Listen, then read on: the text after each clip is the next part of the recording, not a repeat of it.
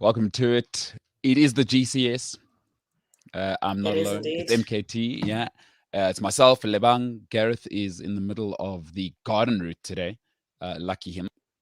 Lebang, you been there? Right. You been to Um, the garden route?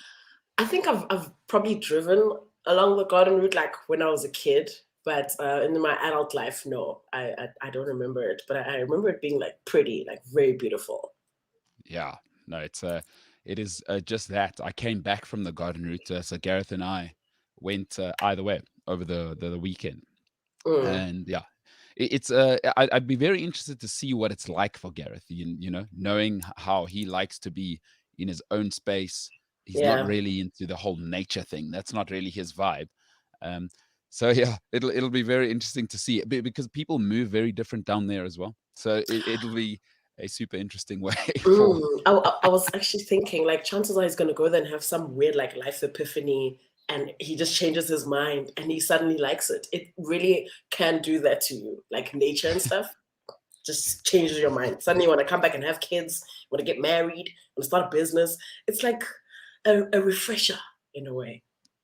Yeah, I'm not sure with him, but I totally agree with you. I think it is exactly that. We'll have to get it back from obviously tourism opening it up, and that part of the world, probably the most special part of the country that we've got. And wow, I'm super happy why he's down there. I think it's time to open up the economy and get things going. Quite frankly, the UK is back. People are flying here now. They're terrible weather. They want to get away from that. So that's a good thing. I mean, people. I don't know if you've noticed tourists coming in, but I saw a few on the weekend as well. Oh, it looks like we've lost Lebang, but she'll be back now. So good morning to everybody who's with us. I hope you are having the morning of a lifetime. I hope you're having the morning of a lifetime. And something I want to talk about today is the fact that we've got a really, really cool guest. There's sort of there's a changing time upon us, right? We've got kids that are kind of being raised by the internet, and that's an extremely difficult thing if you're a parent. I think it's an incredibly difficult wait for you. Dr. Ken Resnick will be joining us, and if you are a parent, please make sure you are with us after 7. Um, Hey, let me tell you something. Lebang is going through the South Africanism of being in South Africa. I think she might be having some issues with load shedding. Hey, that's tough. And hopefully, it isn't just me. The whole show. We'll see who we can bring on. Maybe we can bring on an emergency sub. Maybe Simphiwe will join me in a sec. So wherever you are in the country, it's an absolute pleasure, and I hope things go well for you this morning. I want to start off by telling you something that happened in my life yesterday, and perhaps for you, it's an experience you can share. Perhaps not. Perhaps you're thinking to yourself, you can go straight to hell. This doesn't happen to everyone. But I have a guy who I work with. Obviously, I work as a part of the Cliff Central core team, and I work more on the sports content exclusively. And then, of course, I have the privilege of being on the GCS every single day. But I have this guy called James Ilsley, so who's my producer for the MKT show. And so the way I kind of live my life out, I think a lot of people, and I've had a couple of messages which have been very interesting. You know, the way I kind of live my life is you got to take responsibility for your personal space, and for me, the personal space begins with the physical, right? And a couple of weeks ago, I've kind of noticed. Sorry, a couple of months ago, I noticed this James guy sort of getting into some healthier eating, and a lot of people on my show saying I'm body shaming him and I'm bullying him, which may or may not be true. Who am I to say? If you're a bully, you never know, you're the bully. So I was kind of saying to James, so what's happening with this new eating style and this new eating pattern? And he's kind of like, I want to do this, that, the other. And I'd recently taken on a new physiologist as my trainer, and James joined me, and then James said these magical words. He said, I really, really want to change my life. And I said, okay, what does that mean? And he said, yeah, I just want to get back in shape. So essentially, I put it out there to him, was that I will pay for 12 sessions with a physiologist, um, and And James said, okay, great, I'll do it. But I said, there are conditions. James, you're gonna do the 12 sessions. That's Simphiwe, by the way. She's joined us. Morning to you. Morning. How are you doing? How's it going? Yeah, very good. Very, very good. What's Awesome. news? Nothing much. I just changed my hair color. But you're talking about James and getting fit, and shout out to him. Shout out to James, indeed. I was just explaining the whole thing, and I was actually thinking about it last night as I was chatting to some people about it. Was that it's interesting that it came from him, because before I've been quite puritanical to go to people and say, "Hey, get it together." And the more and more over the last sort of 2 years, I'm just like, okay, well, whatever. You're doing what you're doing. I must just get on with what I'm doing. And if you like it, cool. If you don't, I need to be okay with that. And people, everyone, and again, I lean more into my principles. I just presume everyone's doing what they want to do. So if you're unhealthy, good for you, is how I roll now. Like if you want to be overweight and unhealthy, good for you. All the best. That's fine. It's got nothing to do with me. I've got my own problems. But with James, it's an interesting one. So I said, I'll pay for his sessions. All right. But if he misses a single session, he has to pay me back for every single session. And he's committed to it. And then not only that, by the way, James, I don't think has ever run 5 kilometers in a row in his life. He also committed to running a half marathon, which I bullied him into on the show. So it was a very interesting thing for me that he's willing to do it after a rough lockdown. And I mean, he won't mind me saying this, but he's picked up, I heard yesterday, 20 kilograms, which absolutely What? shocked me in lockdown. Like I've never, and it's so difficult for me to know, and I'd love to know what people think, is I've never spent a day of my life out of shape. So I don't know what that feels like. And I was trying to think last night, what does that feel like? Like to go from what you were to what he is now. 20 kilograms. It's That's a insane to lot. me. It's That is. it's too much. I will say, like, lockdown was actually the best thing that ever happened to me, because I started getting fit and I started having like a proper routine. And now coming into office, I feel like I'm slacking. So for me, it's like the opposite. I lost weight. I was like in the best shape of my life during the hardcore lockdown. So hearing that people were like adding weight and gaining weight is like, yo, dude, like you had time. For me, it was like I could wake up at 8 o'clock and go for a run or skip. Or that's what I did. I did like 1,000 skips a day, and that was really cool. Like, so for me, it was like, yeah, I have time to do the things that I want to do. And now that I'm back in the office, it's like, oh, you can't really do X, Y, Z. So yeah, shout out to him for committing. That's yeah, it's hectic. And does he know how Um, much he's gonna have to pay you if he, misses a session or the sessions? You see, the thing about James is he wears his heart on his sleeve. And the thing is, so I think he thought, when I say my trainer, he thought it's just one of those gym butts, whereas like the guy I work with is a proper scientist, and he costs a little more than your butt at the gym. You don't just pay him a once or $500 fee. So he didn't know. And then the number was revealed to him. The guy, Brad Phillips, is on my show every single day. And James realized that actually it's a small fortune for 12 training sessions with a physiologist. So it is going to be very interesting for him should he miss a session. And it's 12 sessions. Listen, if you've never trained before properly, Oh, training 3 times a week is not a it's joke, right? hectic. No, it is. It's expensive. And also it's hard. Like training's hard. I don't mean to sound sanctimonious or I'm better than the world. It's like, the reason I also stopped going to people and, hey, improve your life or whatever, is actually it's hard. It's not even about the training. Is discipline's a Mm. really hard thing if you're not into it. And hey, James starts this morning. He was at the gym at 5:15, and it's all begun. And look out for the vlog. And if you haven't listened yet, the MKT show is available as a podcast. Myself and James did a really heartfelt hour that's an extra, and you can hear what James and he revealed some extremely interesting things, and he revealed some things about me which I didn't realize I had deeply rooted in me in terms of my biases. That came out in a very, very interesting way. So I'm really interested for Okay. people to hear what James has to say, and how polar opposite James and I live our lives. It's a very, very interesting thing. Can I So look point out for out that later something? today.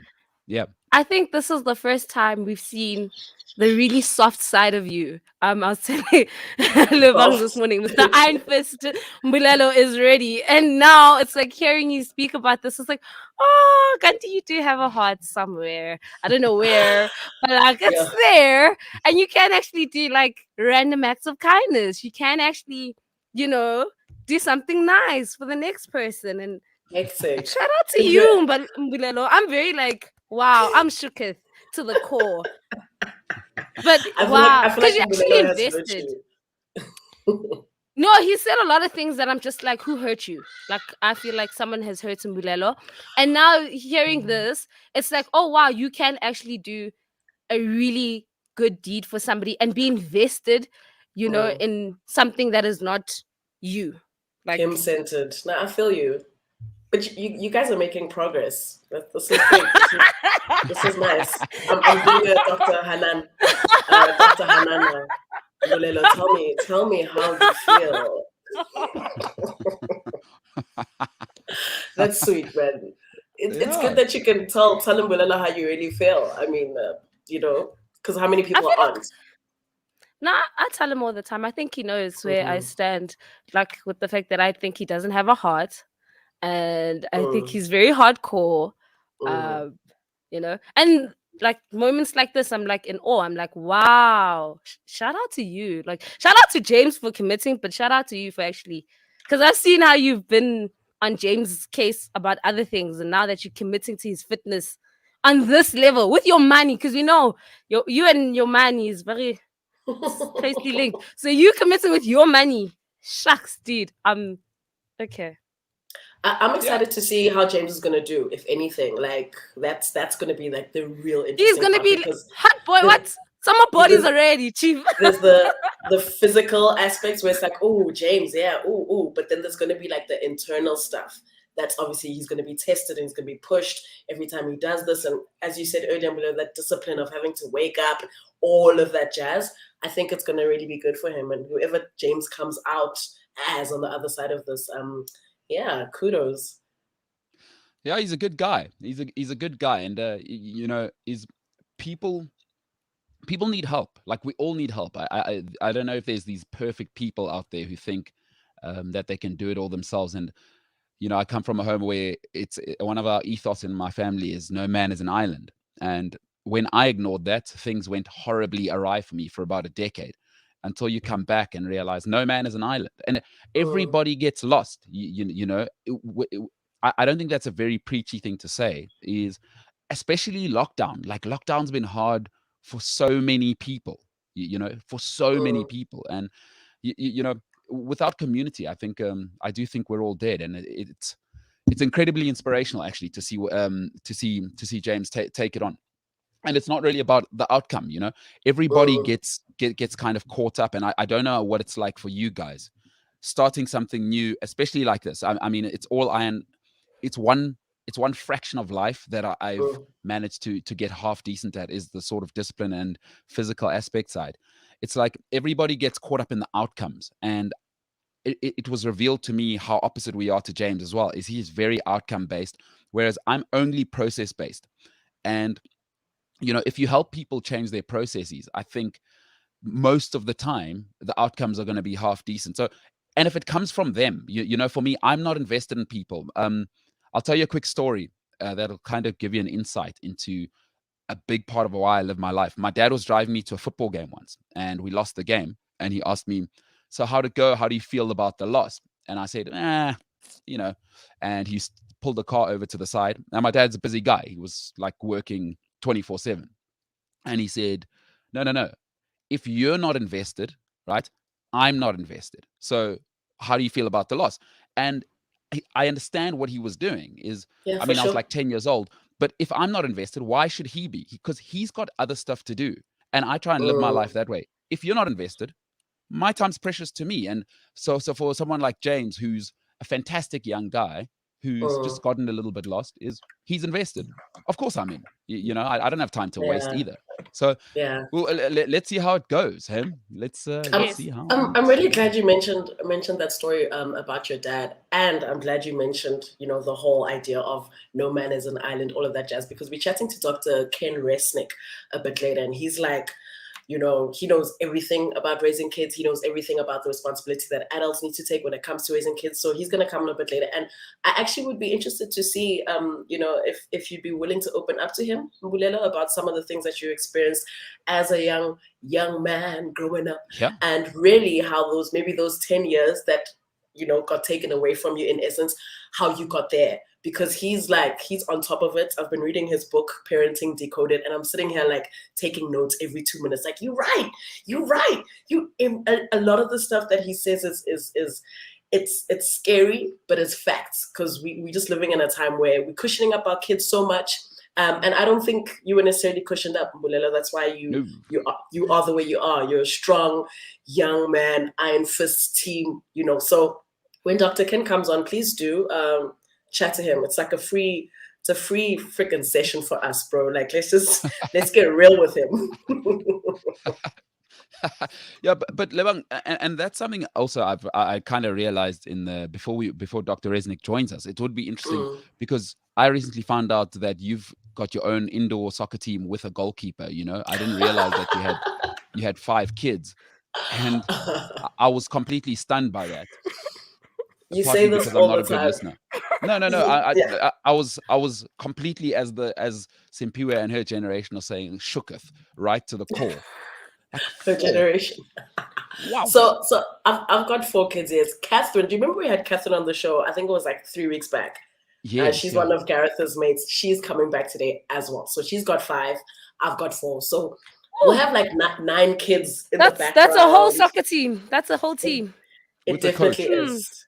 With the coach. So you guys fill up a taxi, legit. Bench up. I just want to know who's going to be sitting in the front counting money, because it's not going to be me. It's not going to be Catherine. Speaking of which, oh my gosh.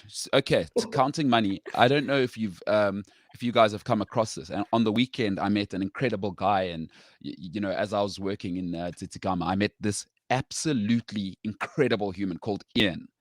And Ian, a phenomenal personality, but he told me, because right now myself and South African football, so PSL, I don't watch it.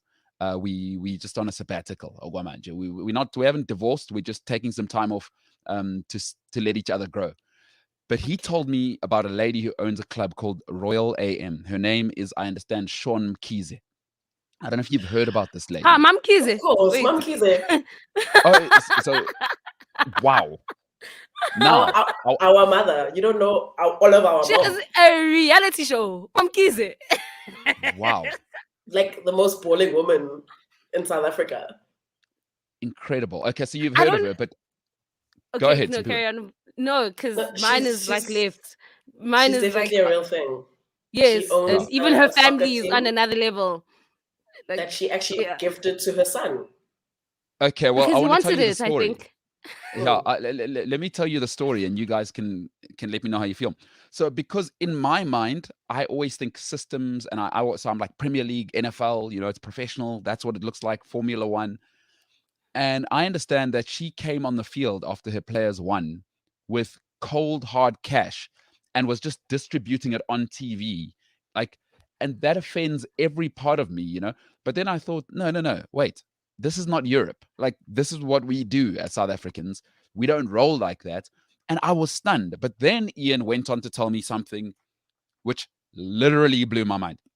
He said when her players were losing one of the games recently, she stood up in the director's box and flashed money from the director's box. And I thought to myself, my God, who is this woman? So maybe you guys can tell us who Sean Mkhize is and what is going on there. Okay, so all I know is that Lebang. So she was previously married to a very, very successful South African man. I think he was involved in Boma government. I don't want to say things that are incorrect, but look, there's a lot of money there. A lot. Let's fly to Cape Town for lunch kind of money. Let's go to Paris for shopping kind of money. And so that marriage didn't last. So she's got 2 kids, and her son is just like a typical KZN boy who's just got so Spoiled. much money. It's very, very spoiled. He tried out for the soccer team and he didn't get in. So his mom said, you know what? I'll buy it. And that's exactly what she did. That's basically. So yes, that's basically it. Like she's literally that mother. She does everything for her kids. It doesn't matter what they want. She does it for them. And the day that soccer match happened, after the game, she went down. They were holding a brown paper bag, like in the movies. She took out like 200 stacks, like I'm sure it was like 10,000 rand, just like boom, cash, and just started giving it out to the players. And from a I guess a politically correct perspective in terms of football, what are you doing? How unethical? How dare she? She's shaming the name of. Look, in South African, that's cool. That's how we appreciate each other. That's how we praise each other. We give each other money as a sign of like it's love. It's a love language, if I can say. I mean, it's easier for them because they've got a lot of money. But I completely get why a lot of people were against it, because it's it's unethical. It makes the game look a certain way, and a lot of people had a lot of feels about her coming onto the pitch and actually giving the players money. Some of the players themselves were caught saying she better not come here and just hand out that money, So it was quite controversial, but it happened. It's a vibe. Like her and the whole family are just a vibe. If you know what a vibe is, then you know what I'm talking about. Yeah, and she has a whole reality show. That's how I got to know of Mkize. She has a whole reality show. And in one of the episodes, they showed us that she owns a soccer team and she's there to the guys. And locker room chat to motivate the boys. You need to win. You need to do this. You need to. The motivation is, if you guys win, you guys will get 1 million rand. Done. That was the motivation. Not that's strategy. You go team must attack. Hey, 4-4-3 formation, 2-2-1 formation. No, chief. She was like, y'all win, $1 million. Y'all lose, get nothing. You guys get nothing. Room? Yeah, I mean she owns and then she left afterwards, but she owns the soccer team. She literally walked in. There is a coach. And she just walked in to say, and I don't know what even the coach was saying, I won't lie, but she literally walked in on some, here's motivation. You want to win, you guys will get 1 million rand. If you lose, you guys get nothing. And she was out. Like, that's all you need. If you're not going to get money, chief care. Mbulelo, I'll tell you off the bat, you would not like her. Don't waste your time even watching one episode. No, you wouldn't like her.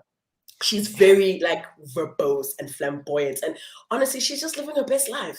She is living her best life with all this money, and she just loves her kids, and whatever her kids want, she gives it to them. You would not like her at all. And this is a picture of her. This is Mamkize for those that that don't know her. That's her. She's a beautiful lady. She looks like a beautiful lady. And of course she's beautiful. She has money. I always say there's no ugly millionaire. There's no ugly billionaire. She's gorgeous.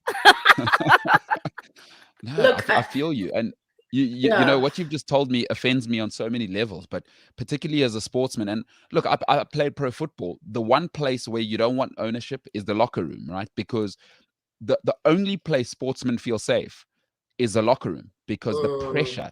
Let me just tell you, and I played only to the under 21 level at the pro level, is that the only place sportsmen feel safe in the world, not home, not the streets, it's the locker room. Once owners and management and people like that enter that. But anyway, again, I'm thinking, my whole football experience was always through something called the sort of the School of Excellence, and then it was European. I never played professional football in South Africa. So again, Mamkize, absolutely incredible with her mini skirts at the game as well as the CEO. I love her.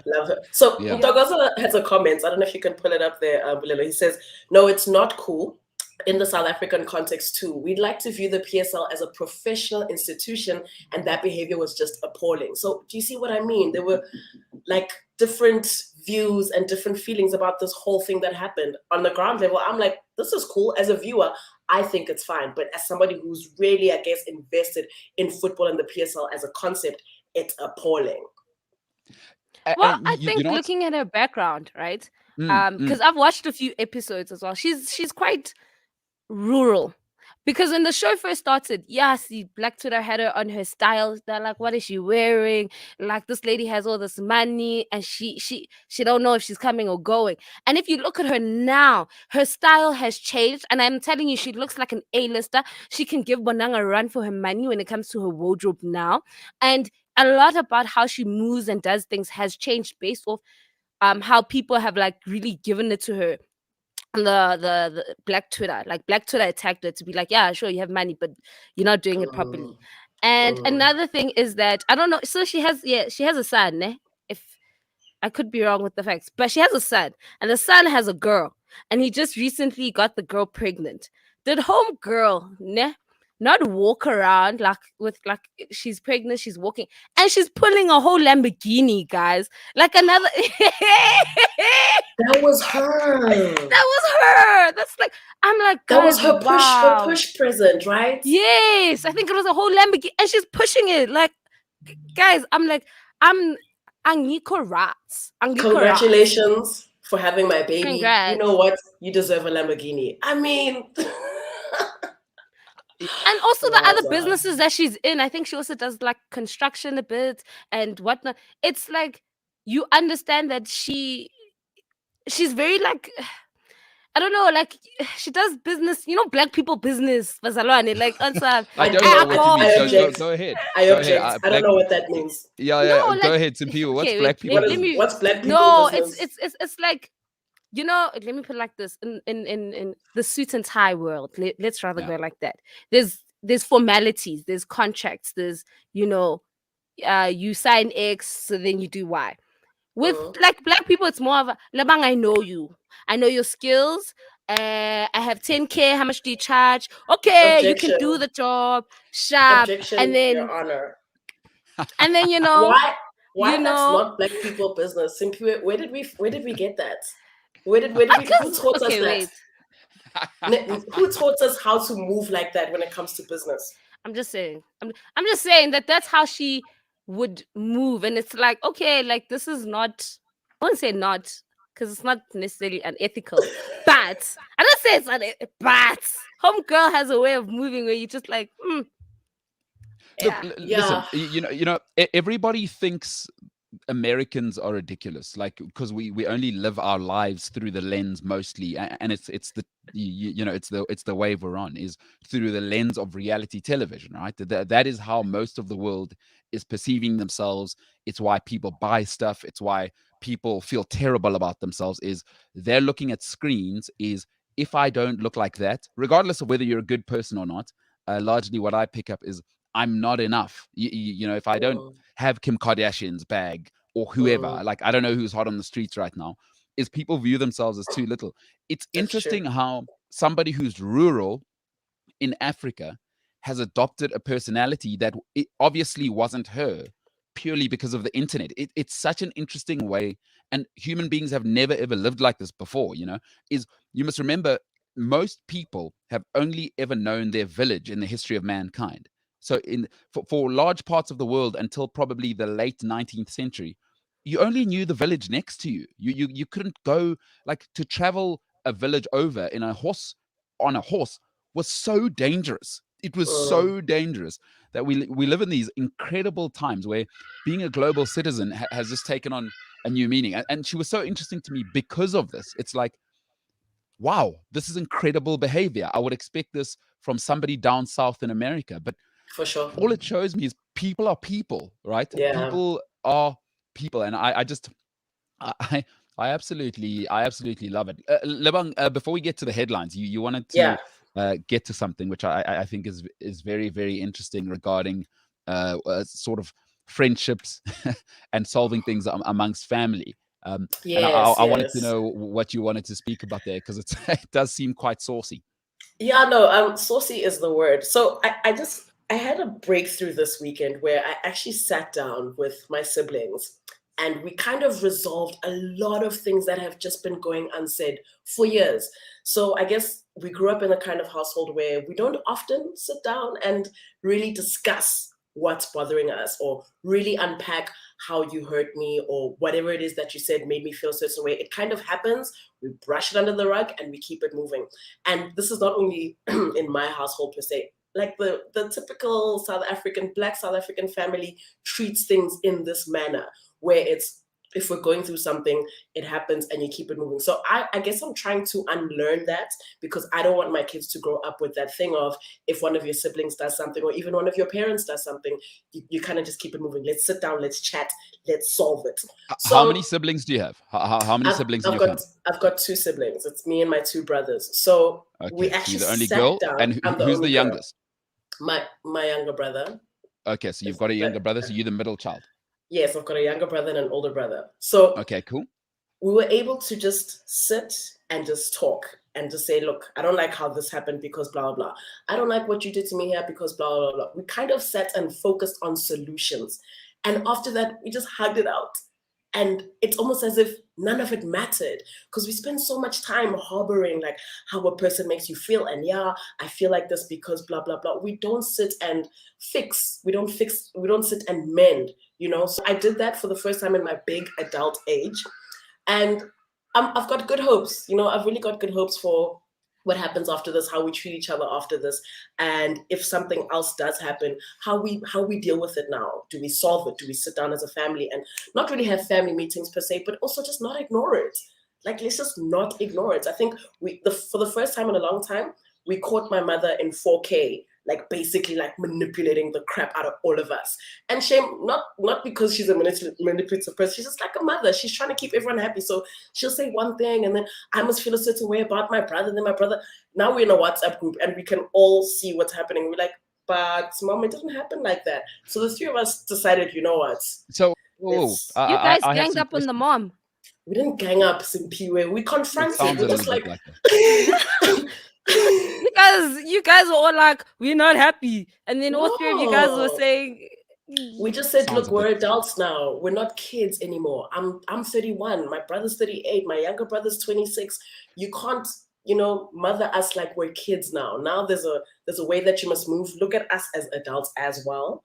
Understand that we can view things as adults now, and let's just be on the same page. And she totally got it. Hold on, was the conflict between you guys as a troop and your mom, or between you guys there were some things? Because I have a sibling, and from my side there was some stuff, just because I was a terrible human for 10 years. And so now, like, let me ask you the dynamic which I think everybody can relate to, and perhaps it is the root of some of the stuff. Generally, from people I know with siblings, it is, was one of your siblings, so you or perhaps them, whoever may have been, more successful than the other? Because let me explain a dynamic to people. And I only grew up in a Black household, so I can tell you how I know a Black household that's conservative looks at things. It's like, if you do things that are viewed as credible, you just get the shine. It's just how it is. There's in more liberal families, which I've been exposed to as white families, is that everybody kind of gets the same thing. If you're into hiking and camping and you know, crystals, we will try and make space for that. If you're into soccer, we'll take you to practice. If you're into rugby, we'll take you to all of that. Whereas in the Black household, are you at university? Are you getting a degree? Are you good at school? Are you coming to church, etc.? That's who gets the most love. Was there that dynamic in your family? Why was there any? Did it have anything to do with that, or was it more just insecurities? I would say the latter. Really, it had nothing to do with, you know, who's doing what in their lives, who's achieving more, that's just like, that's underlying things that are never spoken about. This situation was really quite a light-hearted little thing where my big brother felt a certain way and my mother agreed with him. I felt a certain way, she agreed with me. My younger brother felt a certain way and she agreed with him. So she was not against anyone. She was saying yes to all of us. Why? Just to keep all her kids happy, which is shame, you know. It's I get her, like, as a mom, at some point, just like, hey, you don't want any drama, you just want there to be peace, and for the sake of peace, I'll say yes to all my kids. And now when we're in this WhatsApp group and the truth is coming out, so I'm like to my big brother, hey, I noticed that, you know, you didn't like ABC.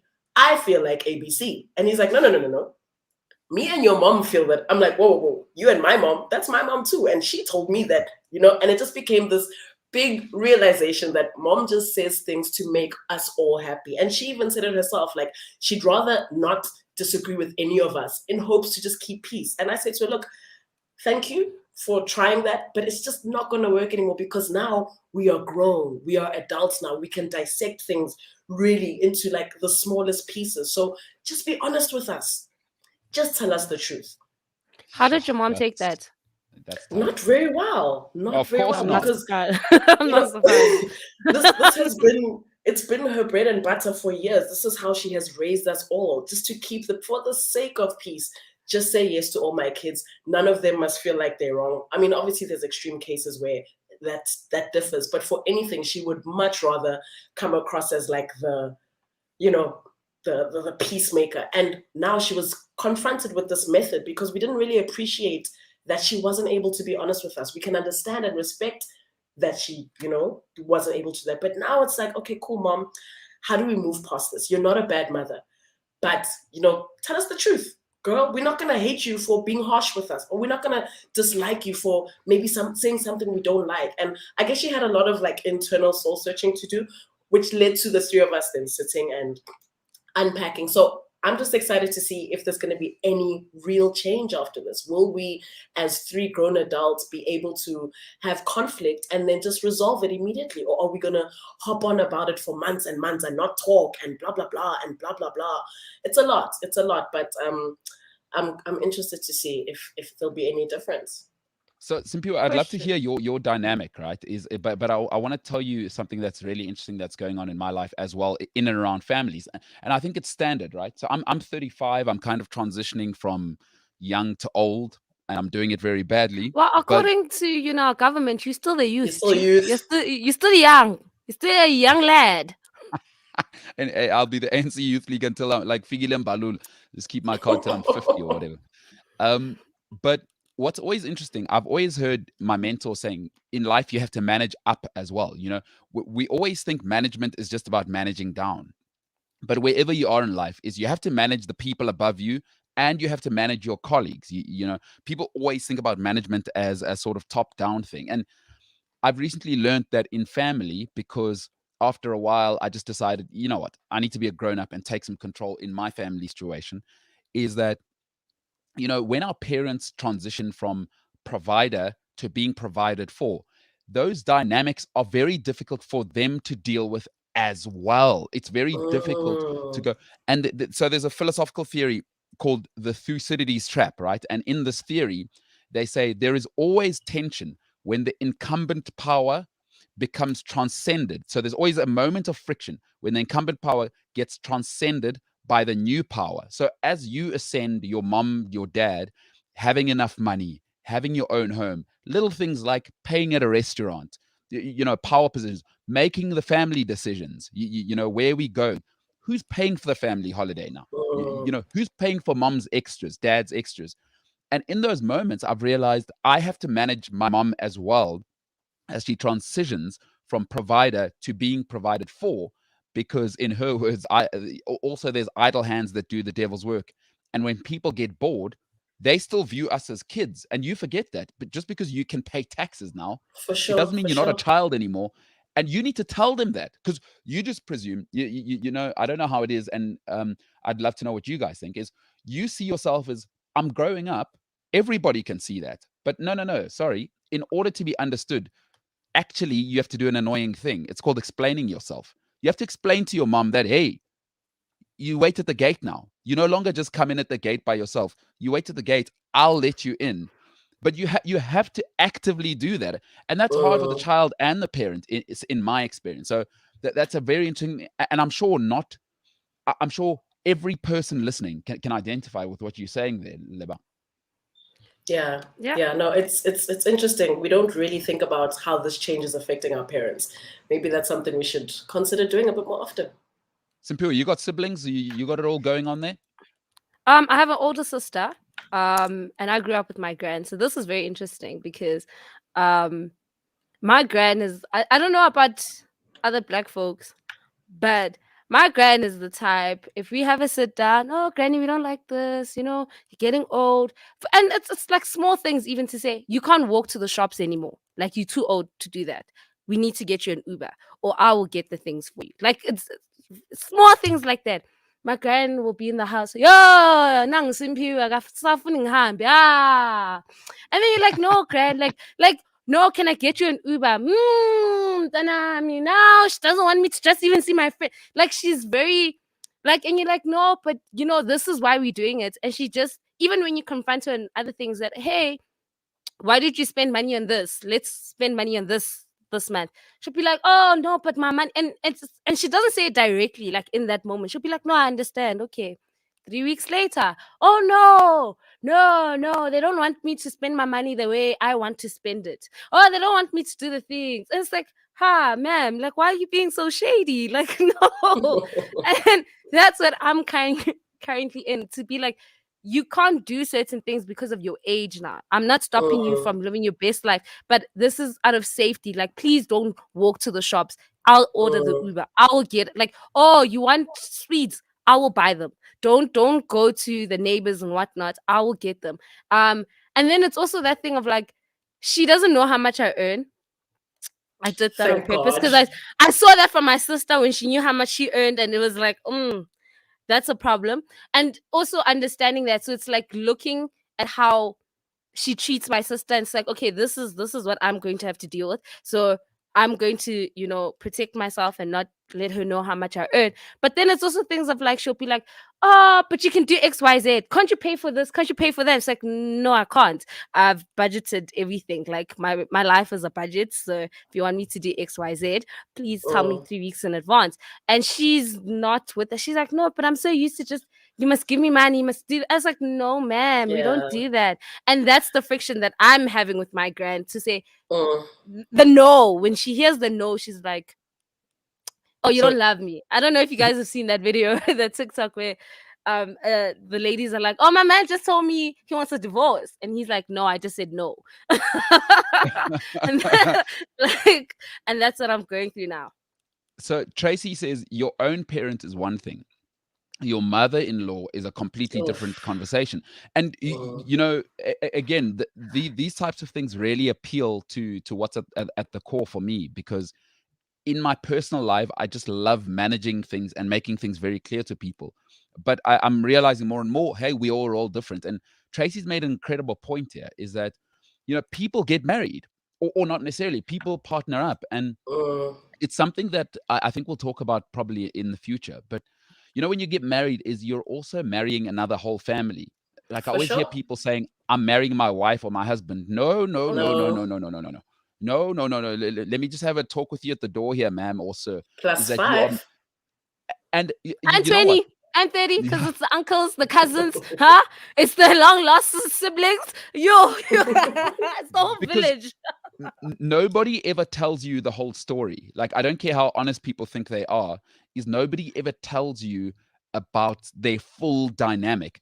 And once you're married, you're in now. And it is one of those things, right? It's like, it's why I like, with the very few friends I have, is especially when there's a problem, tell me everything. Because I don't want to find something out down the road. And I find so many couples where people keep finding stuff out. Year 3, year 4, her mom is this. Oh my God, I didn't know that there was a mental disorder in her family. Like these things are important, right? And as Tracy says, when there's a mother-in-law, a father-in-law, a possessive grandmother on the other side that you didn't know about, the grandmother's religious to a point, that you know what I mean? So Tracy is... preaching it, right? Yeah, Mbulelo, what if I'm also still finding some of this stuff out now as I grow? Like, I'm not going to know every single thing when I meet you. I don't have like my life in a book that I can hand to you and say, hi, read this journal and decide if you still want to be with me. Some of these things I'm also still finding out about, the mental disorders in my family, about my uncle, whoever. So really, if you want to get with me, you just kind of have to realize that there's things that may or may not come up. And at that point, you must decide if I'm still enough. The end. Literally, that's what it boils down to. That's ultimately what a relationship is. You're never not gonna know everything. It doesn't work like that. How it does work is, while we're learning this, we're all going through a journey. That's it. Yeah. I'd add, what's important before you get married? Take your wife or girlfriend's family on a holiday, I would say at least 10 times. No. So, like, spend time, go to the rurals with them 10 times. because then I know what I'm in for down the road. It's a huge Can I approach for just me. object? Can I just Mm, object? Objection, Your Honor. mm, mm. Because I'm Zulu and my family is Zulu. My sister Sorry to hear recently it. got Australia. Hey, like, what's wrong with you? Um, but my sister recently got married to a Venda man. Whoa, And whoa, whoa, whoa, Interesting. whoa, whoa, whoa. That Stop there before we bring combination. Dr. Resnick on. Your sister married a Venda man willingly. I know, Hey. I How don't know Venda? what. My grandmother A was Venda. whole How Venda are we talking here? no, Because like Venda, like the like. listen, it's important we give our international listeners some context, right? So, my family, part of my family is from up north, and my grandmother was Venda. So when we say Venda, they are right up north. It's where the proper juju in South Africa gets done. If you don't know, you know Sheban Nafela. If you're going to do it properly, you want to go up north. If you want great mangoes, that's where you get it, right? And they have a particularly interesting variation on what the Western world might view as patriarchal behavior within the relationship sphere. Go ahead, Simphiwe. So People need that I'd context. like to wait. I'd also like to add a Zulu context, right? Because it's well, so there's a song that says, "Oh, I love a Zulu girl." So dating a Zulu girl, yes, that's the best thing you can ever do. I don't know about Zulu man because the patriarchy there is very real as well in the Zulu culture. And so here they are, two people in love. They want to do the things. And as you said, like she's been around his family, the mom, a few times. She's gone to Venda a few times in their dating stage. And vice versa. He's hanged out with the cousins, the uncles, and whatnot. So we thought, hey, when he proposed, that this is going to be smooth sailing because we like each other. Yes, there've been one or two conflicts. We solved it. When we're doing the lobola negotiations, that's when we saw that we are very different in how we handle things. And that was the first issue. That was the first big issue that, oh, no, you guys. And I think also for them, they would say, we came across as uncultured and we're like, you guys are uncultured because this is rude. Like what you guys are doing right now. Oh, who does that? That is, what's wrong with you? And vice versa. They were looking at us and like, And I'll tell you what happened. The whole lobola negotiation happened, and then the day of umshato, basically 3 days before the wedding, one of the grands from the groom side passed on. And with us, umshato, you never postpone it; it carries on. Like there's a reason why. So we're like, no, we're doing it. It's going to be a bit smaller, intimate, but it has to carry on, and things have been paid. And they're like, no, everything must stop. So that was one of the big clashes right up in the beginning where we're like, oh, okay, we come across as insensitive and y'all, we don't understand. Wedding happens, sharp. Now they're in the marriage. Now she's a Mrs. Somebody. And we're seeing all sides, different sides of that Venda family and how she's being treated. And we're like, hold up. You don't treat a person like this. You don't do this. You don't like, why are you in her house? This is her house. Why are you just into? And it's like, no, it's my son's house. It's the man's house, yeah. And it's like, whoa, chief. No, but And now it's like we're seeing a different. What I'm saying is that we're seeing a different side to the family, and we're like, had we known this 3 years ago, we probably wouldn't have never said hamba mpumi and get married. And now we're seeing the side, and we're hold on. shucks. Actually, it was always there. You were just romanticizing the thing because people see what they want to see. And you know what? Sure. I'm happy for you because you got what you wanted, because you chose to see the good side only. And now, when I say Venda people are different, I know they're in my family. So don't play around, Simphiwe, and you're getting the medicine now. All right, let's get to Dr. Resnick. We'll come back to this, Simphiwe, on the other side. This is incredible news here. One of the two of the most conservative tribes in South Africa mixing. I love it. It is going to be a highlights package for the rest of your life. All right, let's bring on Dr. Resnick. And I think, Lebang, it's awesome that you're here as well as a parent. For sure. And we've got Catherine with us as well. So, Dr. Ken Resnick. Dr. Resnick, how are you? I'm very well. How are you? Good. And Catherine, phenomenal to have you back as well. I've rewatched the last time you were on a couple of times, and I'm still chuckling. So fantastic to have you back. And I mean, with Catherine and Lebang here, we've got an entire rugby team with a bomb squad with a bench. Obviously, with Catherine having 15 kids and Lebang having 11 herself, we've got a squad that we could win all season. Dr. Resnick, it's you know, I'm sure you were listening as we were speaking before, in terms of families and dynamics like that, and obviously with you doing what you do magnificently, and your book, which I really look forward to kind of reading, is you've kind of opened up as a psychologist, and you've founded sort of the Smart Choice Parenting Program, which you established in 2008. So perhaps you could tell us about what that is, and we can start getting into it. Okay, Dad. So I'll do it as quickly as I can. I think one of our problems today is that we're getting it all wrong.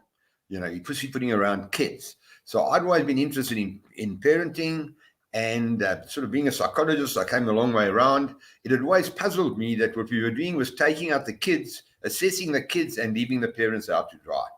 And it's got worse and worse. And the parents are not being given a clue in terms of what they do. My whole approach, which was based on, funny enough, from the Pretoria University, which is quite amazing. It helps the parents understand that it's the way we parent that actually influences our kids. It prepares them with the skills to take on life. If you have to look at the Khoisan or even our ancestors, they have one purpose when they take the young out. They're helping them to survive. From an early age, they're teaching them to hunt, how to look after themselves. You're not going to find an ADHD Khoisan child, or an oppositional defined Khoisan child, or a Khoisan child with an anxiety disorder. So what we've got to really understand is our job, and parents don't know their job. And these days, what's happened, we're mollycoddling kids. We're treating kids as though they're going to break in half. Kids are the same kids that were born thousands of years ago. They're tough, just don't abuse them. They can handle a disappointment. But we're doing is we're hopping around their feelings. So what makes my whole approach different is that it helps parents understand it's the way we parent that creates the issue, rather than helping them deal with the child's behavior. Because kids are born, all kids, irrespective of color, waiting, taking on life, boof, just wanting to get out there. But they're totally dependent on a parent to guide them into adulthood. They cannot bring themselves up. But before we come back, that is some tough stuff for all of us to hear, I think. Catherine, I want to bring you in there, and some of the sentiments that Dr. Resnick has expressed there is, what do you feel? I mean, 5 is a serious thing, right? What do you feel about what you may have been raised as versus what you expect of yourself now, and what the world expects of you as a mother today? I'd be really interested to hear, because you've had time to practice with a few. Yes. One thing I can definitely agree with. I grew up in the 80s and 90s, giving away my age a bit here. It was a lot more conservative. My parents were civil servants, so we're talking good old-fashioned parenting styles.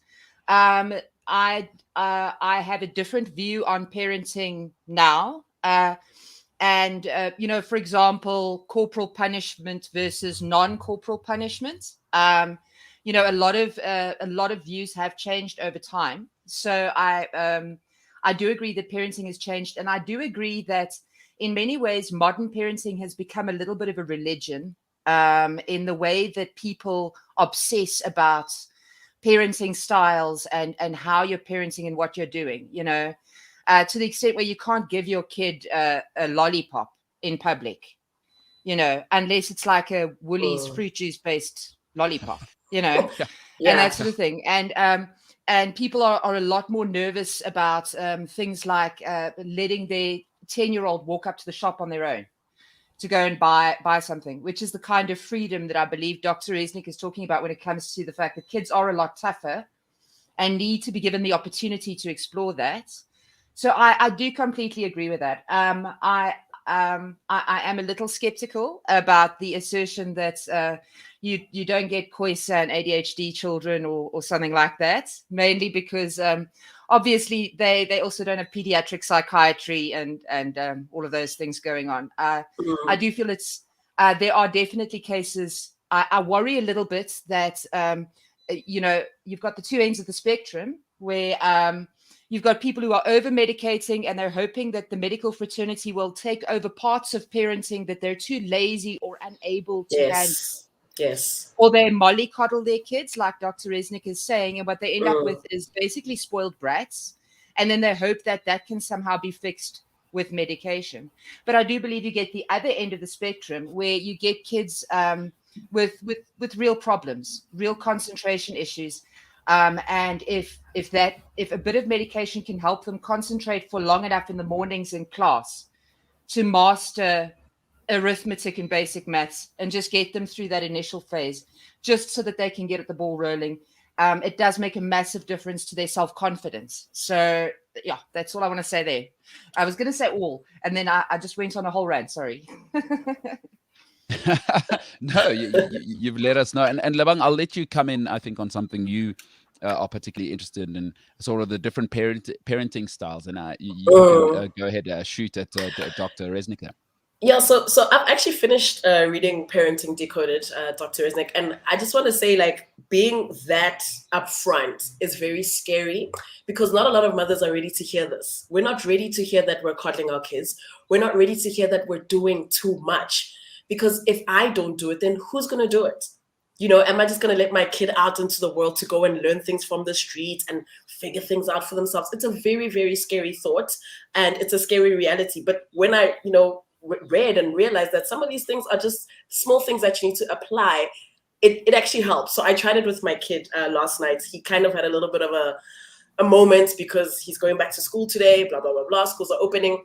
And he's like, Mom, I want to sleep at this time. I want to wake up at this time. And therefore, I'm not going to eat supper right now. I'm like, okay, so you're not eating? Are you sure? He's like, let me just go to bed.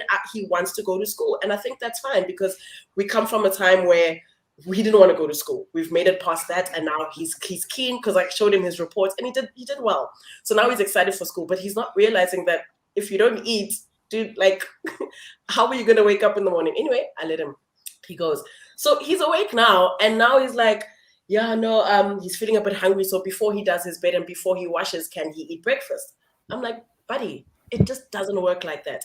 You can't make these decisions. So it's really in the little things that I can say some of these methods do work, Dr. Resnick. But at the same time, again, mothers aren't just going to read this and be like, oh, these are the answers. This is exactly what I need to do. Because it is that internal conflict of, can I let my child just go out into the world? So how do we find that balance as mothers? Like if there's a birthday party next door, I'm kind of okay with having my son near me everywhere I can see him the whole time. I'm not just going to let him wander off. I don't know what kind of food they're serving here. I don't know. It's that's out of my control. So how do I find that balance of go out there and learn, young man, and stay here and be with mommy, young man? And Dr. Resnick, before you take that, sorry, I just want to add in so that you can just answer this all in one foul swoop. I want to bring in a little bit of how I was raised, and I'm so delighted it went the way it went, was that the more I encounter parents and people, and one thing people always ask me is, should I send my kids to boarding school more and more? And I have my own answer for that is, the advice I always give, and I'm a terrible person to give advice because I'm not an empath. I go, be hard on your kids because you're all they know. So just be hard on your kids. Don't worry about it. But I'm not a parent, so it's easy for me to say because my parents were extremely hard on me, and I'm so delighted because I can kind of defend myself now.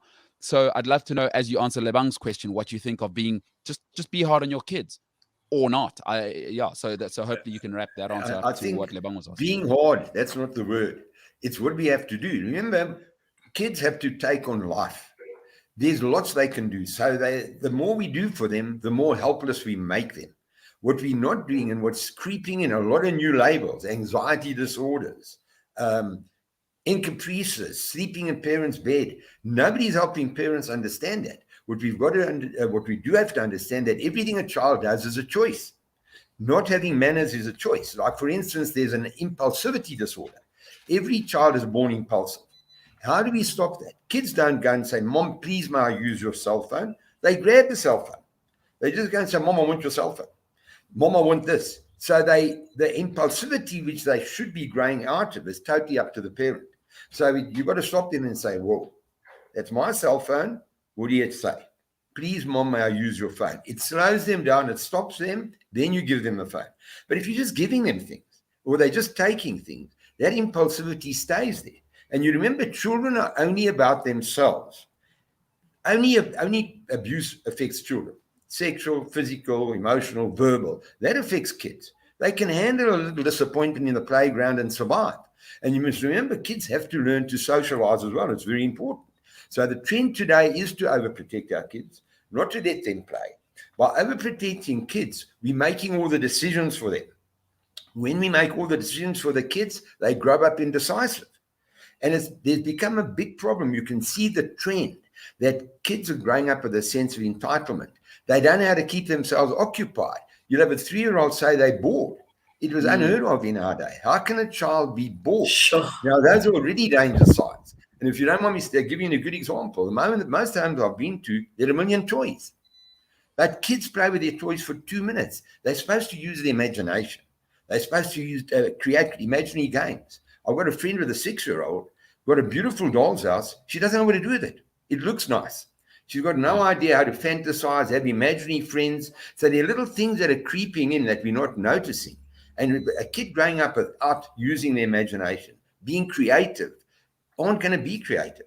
And we're doing these little things without noticing. I'd like to make one more comment. What's also tending to happen today is that with COVID and with everything, a lot of kids have stayed at home.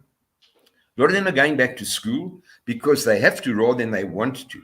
And at home, they've got on their parents' nerves. A lot of them have just been put in front of the TV. So by going to school because they don't want to, they don't be giving the message that you don't have to learn. Because when they come home, somebody's helping them. Mommy will help you. The au pair will help you. Somebody will help you. So we're giving them a little tacit message that don't worry about studying because somebody's going to help you. So we're encouraging a sort of a helplessness with kids where they're leaving it to us to help them. Now, that is creating a sort of a helplessness. But one of the key concerns is that the key to success in life is grit and determination. That is parenting. Are we instilling grit in our children, where they stick something through, where they're tending to only do what they want to do? The moment it's a bit of a challenge, Mommy, I can't, please help me. So we actually, without realizing it, we're allowing kids to opt out. We're allowing kids to lack that grit. So you've got a huge number of kids from observation not achieving to their potential. Parents are giving the message to help their kids.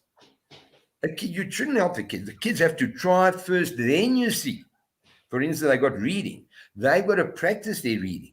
If they make more than 2 mistakes when they're reading to you, you've got to say to them, I see you haven't practiced enough. Means you want to go and practice harder. But when they read to you, they've got to read at their best. And if I use maths as an example, the child comes home and they haven't got their first 2 maths sums right, and they say, Mommy, I can't do my maths, and the mom helps them, they haven't listened in class. So what a parent should say, okay, tomorrow you go and speak to the maths teacher. Tell the maths teacher you couldn't understand your work and learn from the maths teacher because I'm not going to teach you. So we're not doing those little things. We're giving that message of opting out. So, Dr. Resnick, I love that. And Catherine, I want to give you the last word because we need to wrap up, and we can carry on with Lebang on this other side. Just some of your thoughts. I could see your face and some of the things, Dr. Resnick, making your face. If you're not watching on YouTube, Catherine looked like she wanted to jump through the screen. Yeah, she's happy to. She's cringing. Yeah, no. So I'll give you the last word on what Dr. Resnick has said, and Dr. Resnick, I'll let you finish off. Obviously, you've got the workshop coming up. I'll let you finish off with that. So, Catherine, go ahead. The last word to you. I do believe, one of the premises of the whole Montessori schooling system, for example, which I always loved, was never do for a child what they can do for themselves. And it's basically like when you've got a grown-ass 6-year-old who's coming and asking you to make them a sandwich. And they can make themselves a sandwich. They just want you to do it for them. That sort of thing. So I 100% agree on the fact that, and, very often parents just do it because it's easier and faster. So your kid is capable of vacuuming or doing these things, but also you don't have 4 hours to watch them slowly plug it in and do the painful thing. So in many ways, as parents, I think we learn, and I had to learn this the hard way, especially with small children. You have to be patient. You have to be patient with the fact that when they do things themselves, they're going to be rubbish at it. And you're just going to have to sit aside and allow that to happen. I do feel, though, that, we know more now than ever about the educational process, I'm speaking specifically initially in the foundation phase, where there are kids that battle and they can't keep up, but they try and fake it. I have a daughter who was battling to pick up reading. She was battling with it, and what she would do is she would memorize them reading the reader in class, and then just say it by rote and pretend that she was reading, which is in itself kind of flippin' amazing. But at the same time, we would not have picked that up. And now we do spend extra time with her.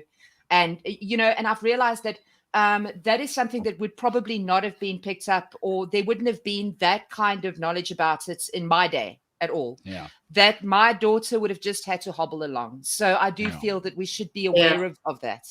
And I'm glad I live in the future. And Catherine, I'm glad for you too. And listen, good luck finding technical assistance to sort of help you as the crew grows there, because obviously you're trying to get 2 rugby teams to play against each other in your house at this rate. So congratulations and shout out to you. And I jest, of course. It's an awesome thing. To being a parent is wow. Yeah, it's absolutely incredible. So Catherine, thanks for your time today. And Dr. Resnick, with your workshop that's coming up, tell us where we can find it, where parents can reach out if they need to and get a hold of you. I think if you have a look at my website, it's www.smartchoiceparenting.co.za. And the workshop is 3 to 4 hours. If there are teenagers or very difficult kids, I see only the parents, but I have one extra session where I mediate to get the structures, to negotiate the structures with the kids. And the program is very different to others in that it works. If parents are prepared to take on the responsibility, have amazing success with stuff like children sleeping in your bed, children not wanting to eat their supper, not wanting to get dressed, not even wanting to brush teeth. We can help parents understand how to talk to kids so that you're not nagging, you're not screaming. How to understand to make it the child's problem. The key is to make it the child's problem. The moment a parent gets upset, we've gone.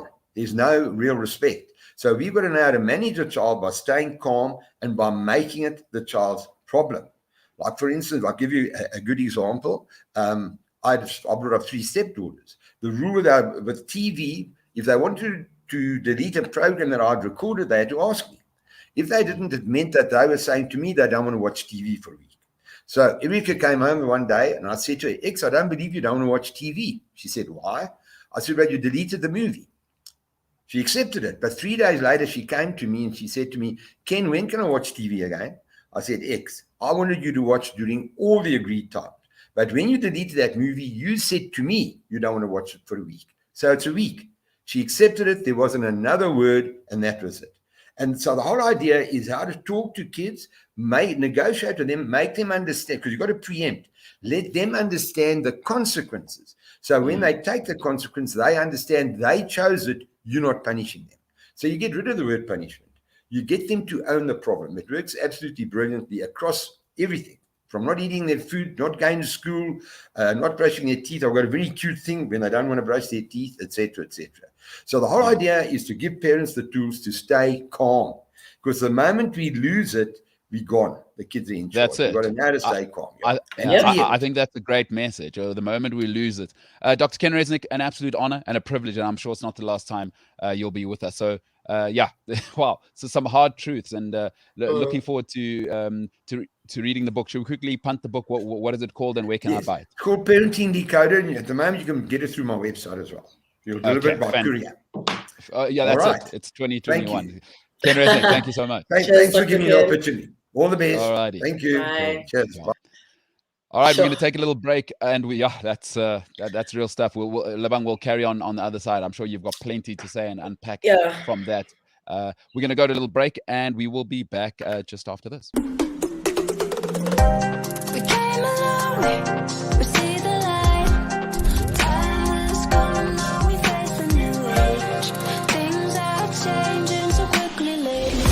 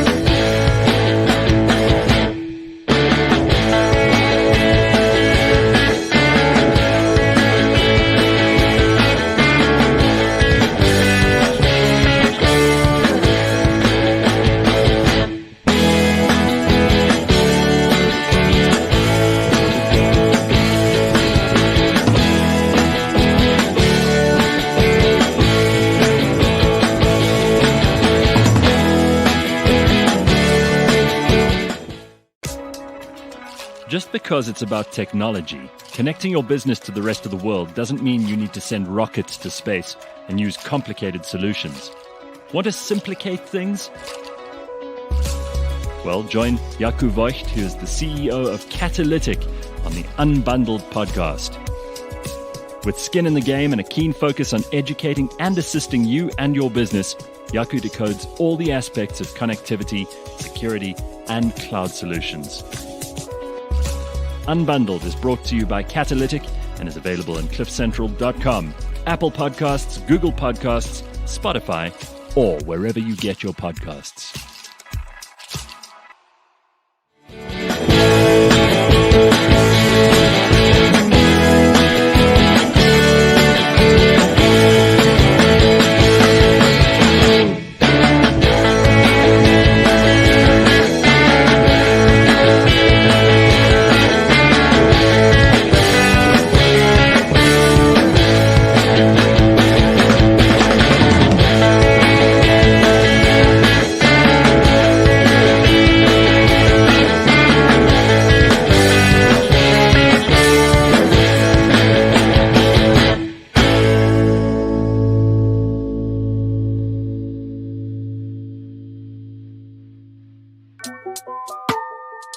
Yo, I put it like wow, this that sound. These oaks don't work hard like me, I hope they know by now.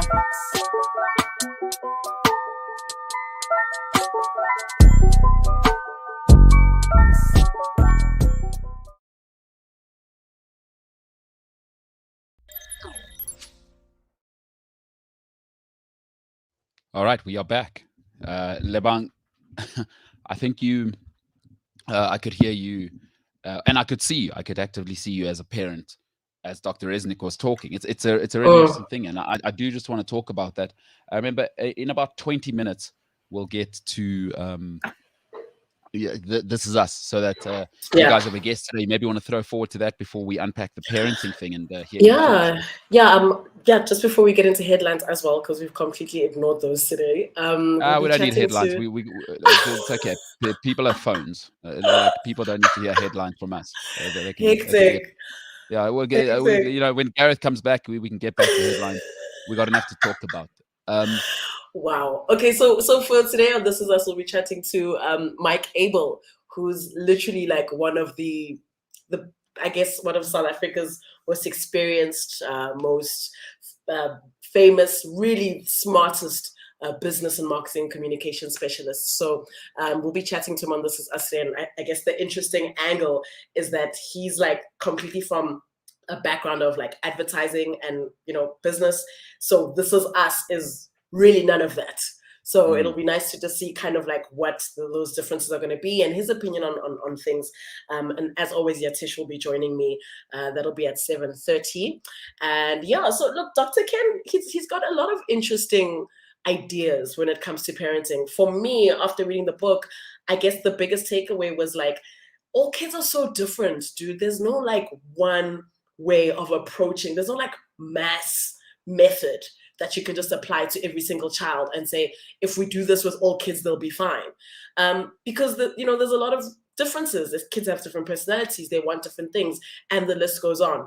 But a lot of the stuff that he does offer in the book, I guess if you apply it, it definitely can work with more kids than less, But it was good to have him on. I just don't think, as I said, it'll be easy for any parent to just kind of pick it up and say, oh yeah, let me try that. Let me just leave my child to, wander off into the world. Dude, there's like pedophiles out there. There's strangers everywhere. I actually got into trouble at home when I was still living at home a couple of years ago because at the time my son was 5 and my mom was so obsessed with feeding him. Like, this is a 5-year-old human. He can feed himself, is what I would say to her. And she was like, no. She wanted to put him on her lap and really just show him how to eat. I'm like, lady, let him be independent. And I ended up looking like this really harsh mom in the household because I was trying to teach my kids independence and I wanted them to do things alone. Whereas, we weren't raised like that. We were raised, we'll do everything for you. So when you try to undo some of these things, you just kind of get painted as, as the bad guy. But it is what it is. We move. #we move. Yeah, I guess as I'm getting older as well, is you get to realize that parents have to parent certain things out of themselves as well. You know, all of the gaps that you felt is now you want to impose that on your kids. And again, as Mm, you get older, is you know, we're still kids. The thing is that we grow facial hair and we start to smell a bit worse after 21. You know, all of us, and it's like we keep forgetting that we're still children because mm, we had a parent, we had that relationship. Is we need to manage, and it's difficult for me, you know, because I love my mother and father, but I have to set mm. limits for them too. And For you know, sure. for you as a parent, is that sometimes I've realized is my parents, as I get a fuller sort of spectrum of what they went through, is there is the gaps that they had, they're trying to fill in with me, and I have to say Yes. no, no, no, no, no, sorry, Mm, I'm mm. fine now. You've done incredible work setting a Yeah. baseline. You may not, and that's hard, right? And I don't Mm, know if that ever happens when you see yourself in a child. So whatever characteristic in mm, yourself, maybe I don't know if you're a stubborn person, I don't know, and I don't know, an easygoing person, whatever you may be as a person. When you see that in mm. your child, and you may not like that in yourself, you see it in your child. Do you ever try and parent that out of your child? Look, what I can tell you is when I see my kids behaving how I behaved as a kid, I always sit Mm. here and say, I knew it. This is payback for how I treated my parents. My mom would like shit on me. And I remember her always saying, you'll see one day, you'll see one day. I'm seeing it now, like, damn, this is this is what she was talking about.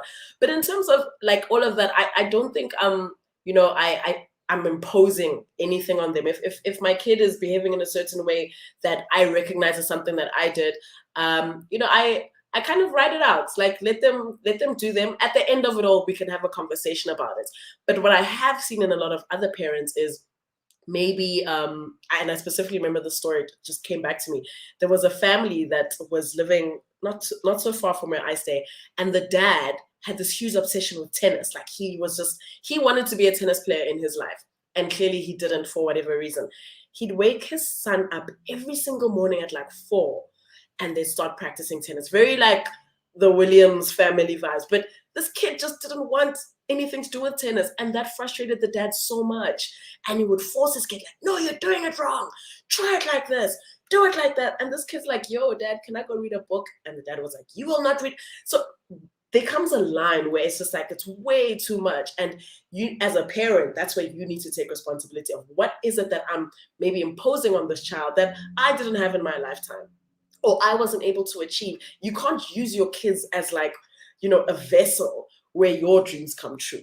It just Mm. doesn't work like that. So there's a lot of, you know, unlearning that needs to happen. There's a lot of responsibility that the parents need to take on. So that's where, you know, Dr. Ken comes through. He's telling us some real honest truths about how better we can do this. And again, I'm still not sold on it working for every single child on the planet, but definitely it'll work for more than less.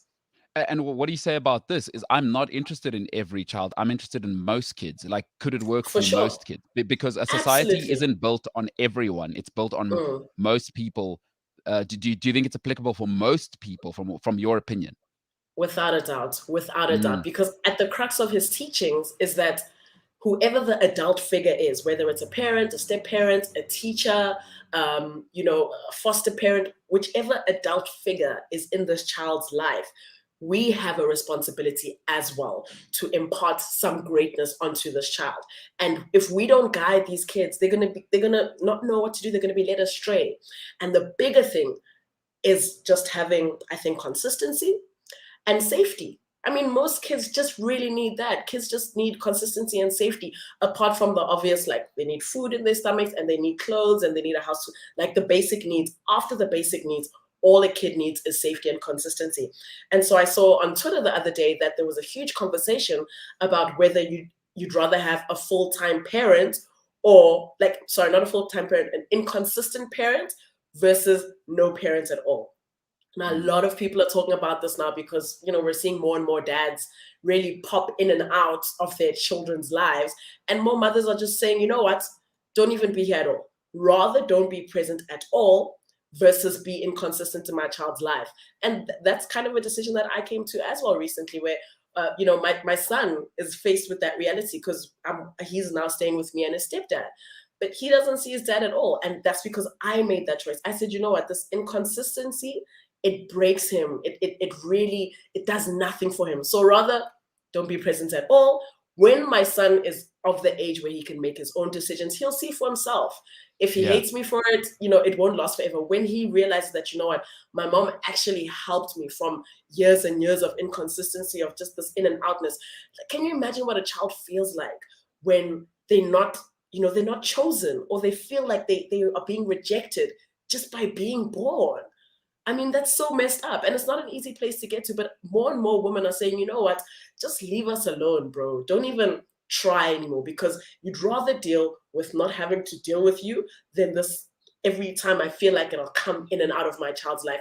That is more hurtful than anything else. So I actually did want to ask the doctor that. I didn't get a chance, but I'll drop him an email.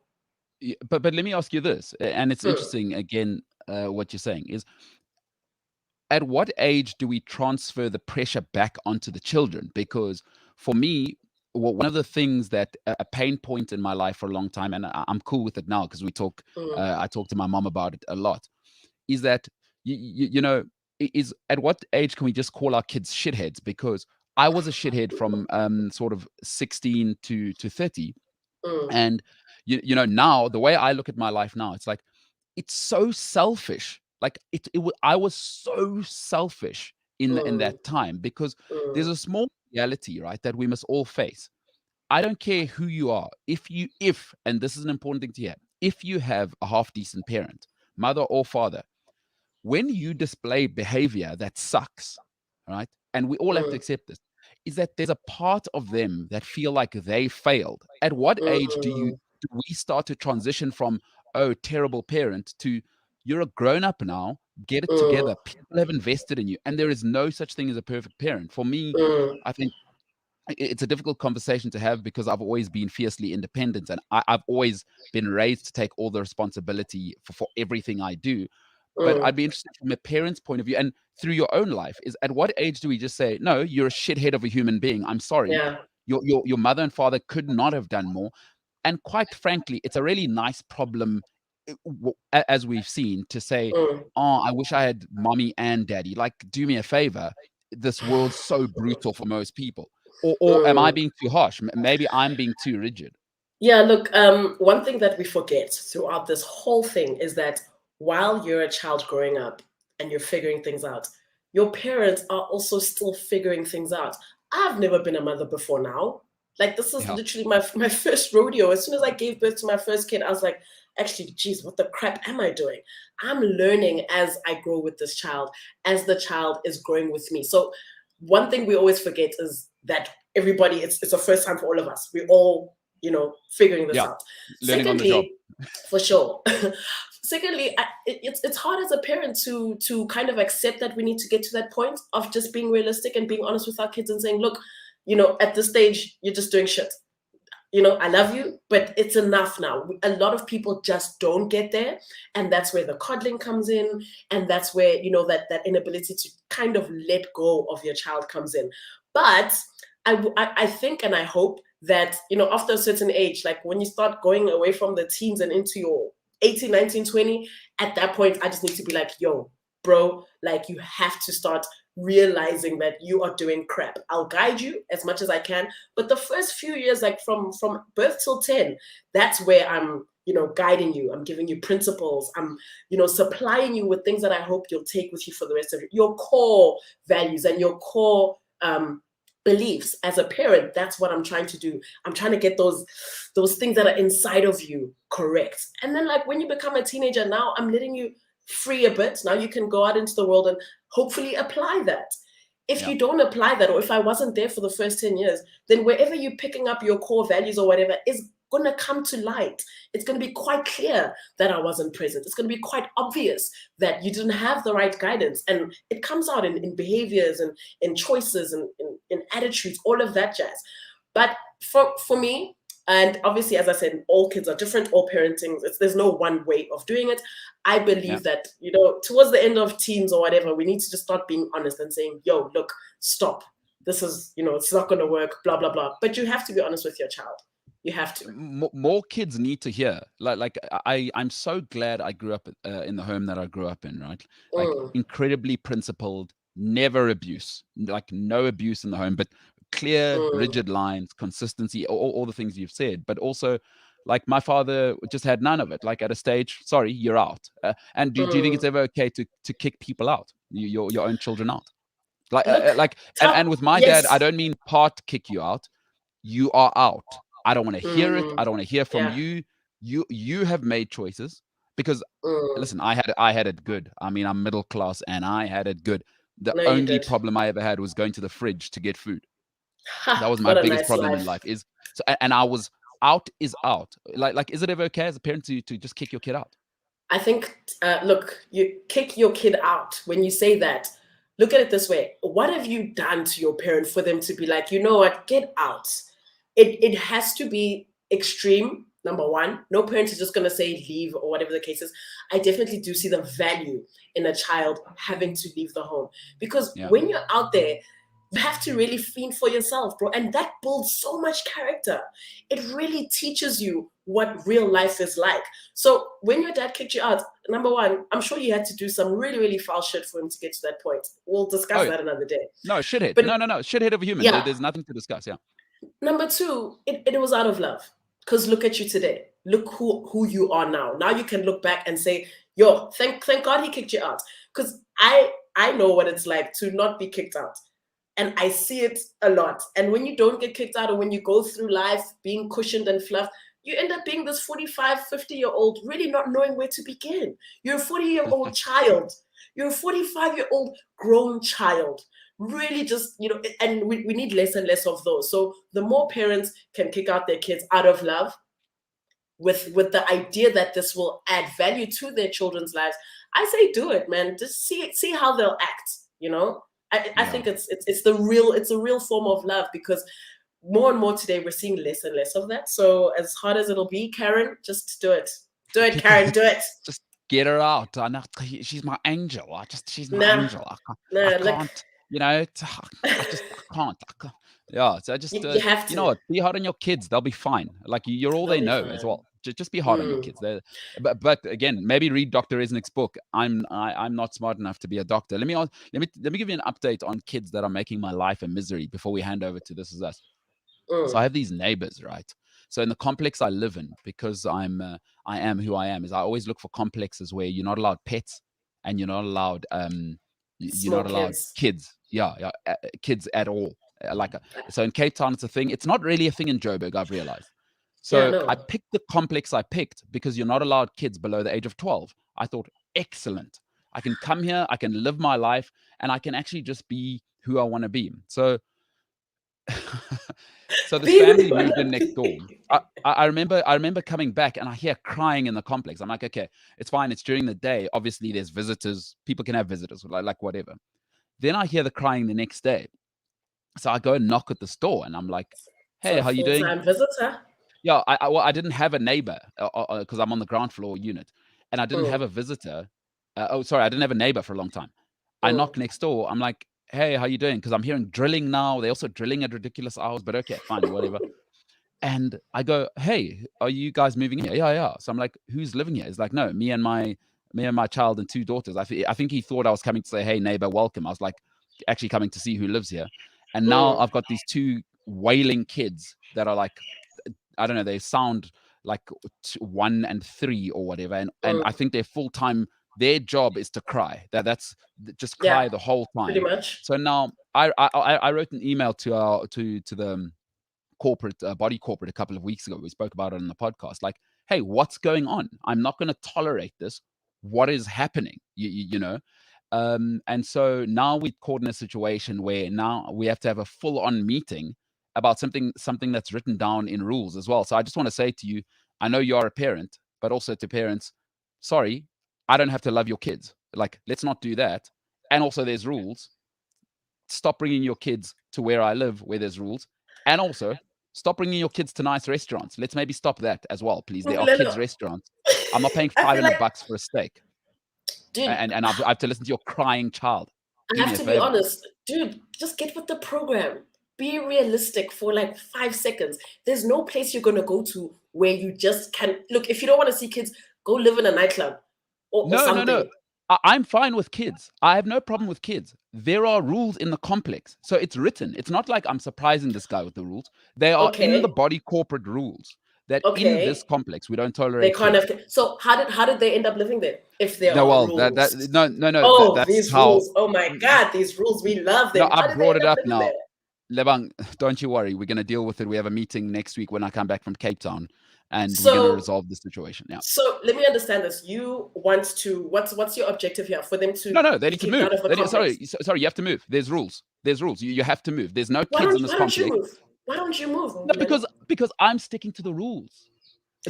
I don't move because that's crazy what you're saying. It's like saying, you know what? I shot you. Why were you standing there? No. How did they get into the complex in the first place? No, that's what we're investigating. You need to ask yourself. If there's rules, my gosh. No, that's what I'm saying. Yeah. So Lebang, what you're not listening to. Yeah. No, what you're not listening to. You're being unrealistic, dude. You're just being unrealistic. No. They are probably going to have to move out. Yeah. So, that's a real thing, and I will enforce that. I don't need your kids ruining my life. Sorry. Like, I love kids, but there's rules. We can't live in this madness. All right. Listen, it is time for This Is Us. I think Lebang has been gotten by the electricity gods out there. She'll join us in a sec and rejoin us. But in the meantime, it is Mike Abel and Yatish are joining us. How are you, gentlemen? I'm pretty sure you heard my rant there about kids. I'm going through a situation, not embracing a message that you guys are trying to spread, which is This Is Us and how we want to be represented as South Africans. Mike, Yatish, how are you, gentlemen? Great, thank you. I've been very amused by your conversation, so thank you. Great start for my day. Yatish, likewise. How are you? Morning.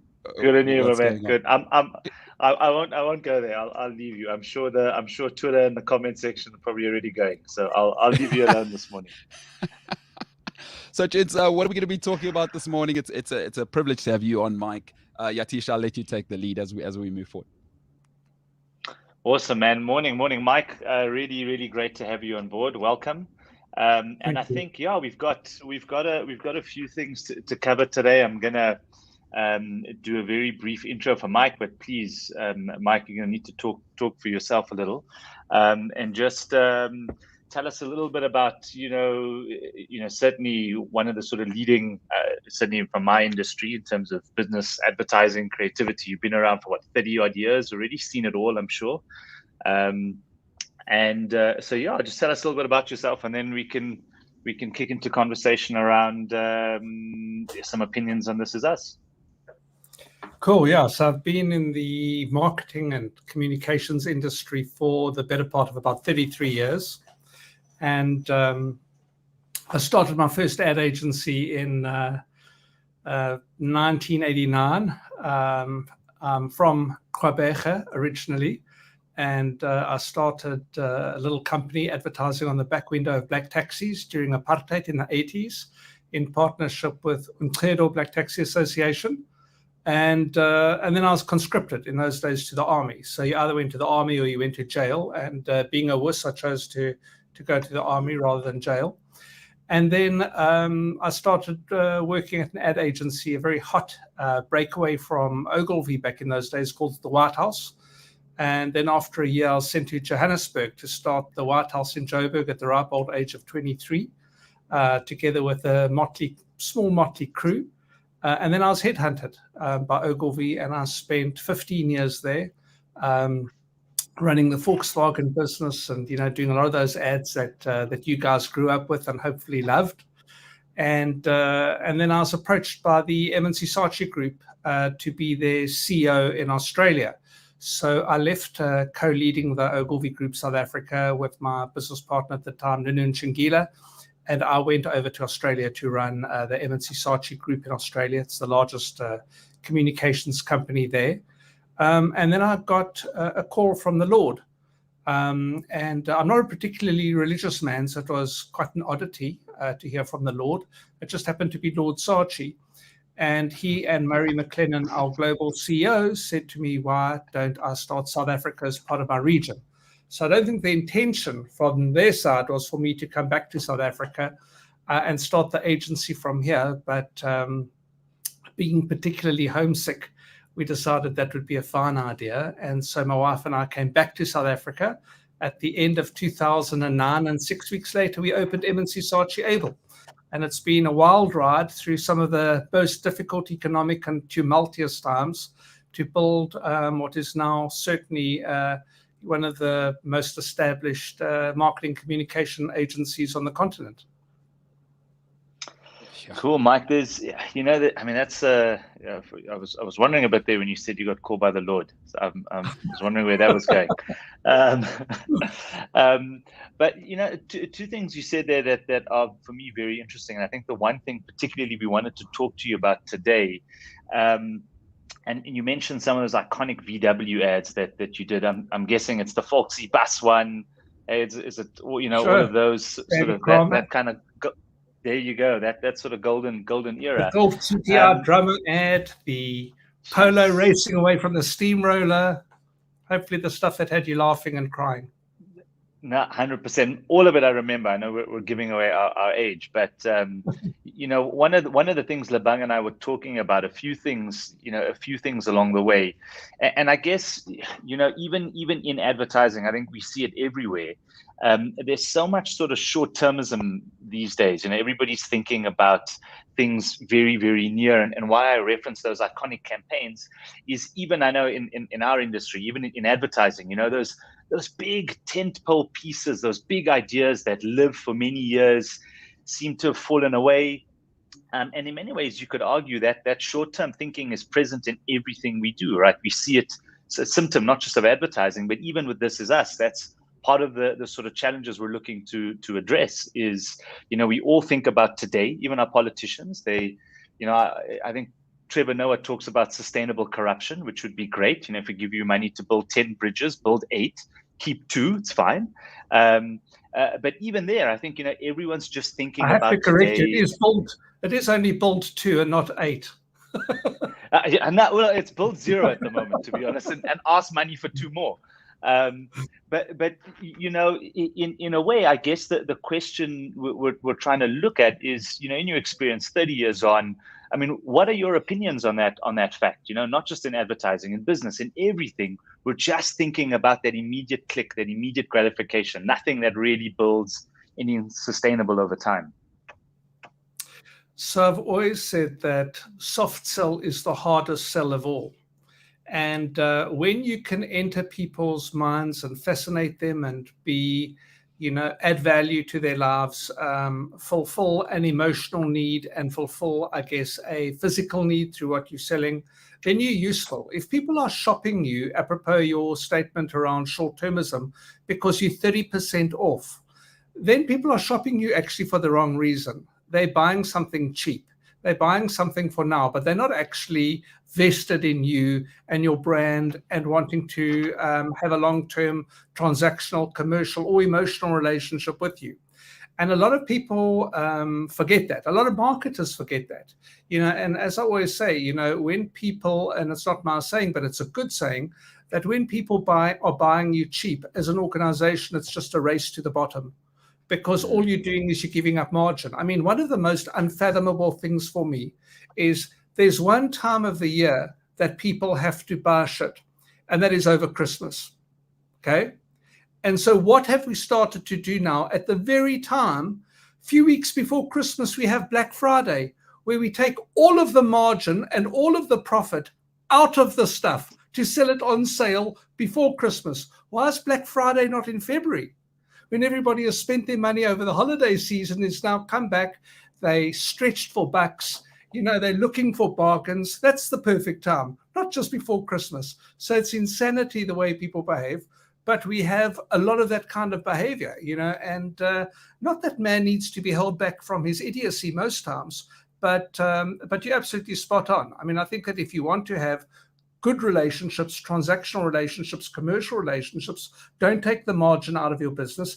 Give people solid reasons to buy your brand. Give people solid reasons to do business with your company, not just because it's financially cheap. Yeah, and you know, Mike, in many ways, the sort of brand we're talking about people buying here in this case is brand South Africa, right? It's, you know, this is us challenge is how do we get people to buy the brand of our country? And I think, you know, one of the things we've been talking about quite a lot is the enemy at the moment genuinely seems to be apathy, right? It is really, it's about getting people to sort of do things. And again, you know, in your experience, I mean, what are your thoughts in terms of how certainly as a society, you know, we rise to the challenge phenomenally when there's a gorilla at the gate, right? When something needs to happen, I think we have a tremendous opportunity and an ability to jump out and leap out and do something. But then in the in-between periods, you know, if you look at July, a tremendous show of support from everyone in the country, and now, you know, on the eve of elections, again, you look at how poor that registration turnout has been. And again, it just feels like we've seeped into a survival mode, get on with our day, and not continue to take this conversation forward about what we need to do to get the country to where it needs to go. I think that unfortunately, with social media today, that's exacerbated the situation because people think that they're solving problems in 280 characters. You know, so they sit behind their mobile phone and they express their outrage, and somehow that's doing something to change the country, where it's actually doing bugger all. You know, you got to kind of get off your arse, as you say, and do something. So, you know, I believe in active citizenry. And I think that, you know, when people say, you know, I'm so over politics, I'm not going to be voting in this election. What the hell are you talking about? And the reality is that we've lost a lot of the youth who feel so disillusioned and disappointed that they feel there's no point because nobody's interested in me, and this is going to be the natural outcome. Or they'll move far right or they'll move far left and start making populist decisions that will actually further exacerbate their situation. You know, those are parties and policies that are going to do nothing but catapult us towards greater unemployment. So the greatest challenge right now is this country is dealing with an employment crisis. 70% youth unemployment. 4 out of 5 youth can't get jobs, even with great degrees. I mean, it's an insanity. And the only way to change that situation is economic growth. There is no other solution to that. It's not land, it's not handouts, it's jobs. That's what people need in order to feed their families and in order to create a future. So our obsession as a country needs to be, how do we create the right and fertile environment for local and foreign investment in South Africa, which equals job creation? That is what we need to solve as a country. And if we start solving that, then we can start solving a whole lot of other things. You start solving desperation, you start solving crime, you start solving everything when people actually have a future and have income and know how to feed their families, know how to feed themselves, know how to look forward in life. So active citizenry is the only way. So in terms of apathy, what we need to do is to find messages that are relevant to people, to say, you can make a difference this way. This is how you can get involved in the economy. This is how you can put pressure on government to change policies, not to pursue economic unfriendly policies. Yeah, Mike, I guess the one challenge there, and if I can push you a little bit on this one, is sure. You know, often those sort of things you're talking to around sort of, yeah, wouldn't even call it job creation. You know, one of the stats I read recently as well in terms of what qualifies as a minimum wage in South Africa is, you know, even if you addressed the unemployment rate, the reality is even employment these days doesn't necessarily mean you're going to have the right resources to run a household in any shape or form. And there's been so much work done around sort of pathways from poverty, they call it. So rather, you know, not thinking about it just as job creation, but as ways in which people can be empowered economically.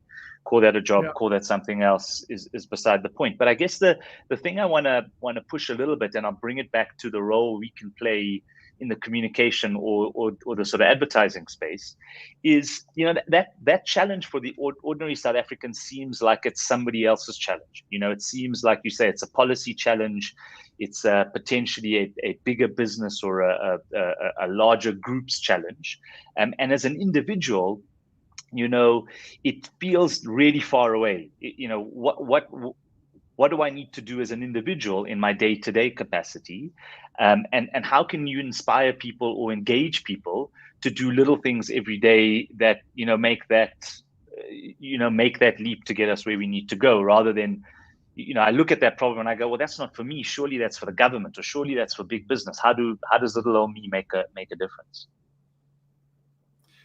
Look, I completely hear you, and I think that is it's a real issue when people feel that they are disconnected by means and methods to build a life and to create a sustainable future. One of the things that's critical, probably one of the least popular articles I ever wrote, was around how do you create more of an inclusive economy and more of a sharing culture. So for me, my adage in life is a candle loses nothing by lighting another candle. And more people need to think that way. There's an amazing opportunity in our country for skills transfer, skills development, people having a lot less in order for others to have a whole lot more. I mean, there's a sickness in society where 1% of the world has got 50%. 1% of the world has got 50% of the wealth, and people don't believe in sharing, and people don't believe in taking other people on the journey with them. And then there's far too much that's happening. Again, I'll blame social media a lot for this, but identity politics, where if they're not me or not like me, then they don't care about me. That's a divisive narrative that has been fed into society to design as clickbait and to create following. And I think that what we need to do is to focus far more on values. What can these people teach me? How can these people help me? And reach out. I mean, a lot of the people that I've helped have proactively reached out to me to say, Mike, will you mentor me? Or in this situation, what would you do? When I wrote my book now, the purpose of my book was really exactly what you just asked me about. It was to say, it wasn't a vanity project. It was to say, how can I be more useful to people? How can I share stuff that's happened in my private life, be it health, be it business, be it family, be it whatever, to help other people, not to help me. I know the story and I'm here. And that's one of the things that I do want to talk about. One of the books, the next book I'm writing, funnily enough, is directed exactly into the space that you're talking about, which I'm going to call Go Fetch Your Future, because a lot of people don't know how to go and fetch their future. And I actually wrote an article in about 2007 on that, because it depends a lot also on the house that you've grown up in. And I loved the conversation earlier about growing up in a house and being kicked out and values and what your folks were prepared to put up with and what they weren't prepared to, because a lot of people grow up and then all of a sudden they find themselves in a first generation in a big corporate where they're suddenly drawing on their own experiences for the first time, and they're not able to say, oh, I saw what my dad went through when he was in this position, or I saw what my mom went through, or my uncle. And I think that there are a lot of people that don't have those ready solutions, where a lot of us, through skills transfer, through generosity of spirit, can make a significant difference in helping people make wise and smart decisions that will unlock their future.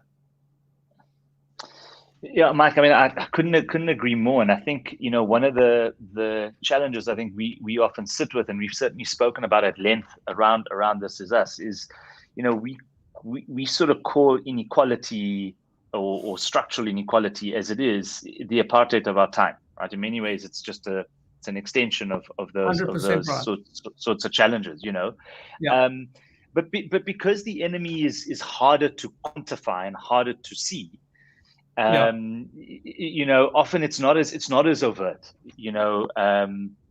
and so I suppose one of the sort of questions we'd want to put forward, or one of the things we'd certainly want to think about is, I'd even put that challenge out to the communication industry. We've got, if I think about what we did many years ago to fight sort of bigger challenges, it does feel like we all address our sort of day to day, which we have to as businesses to stay alive.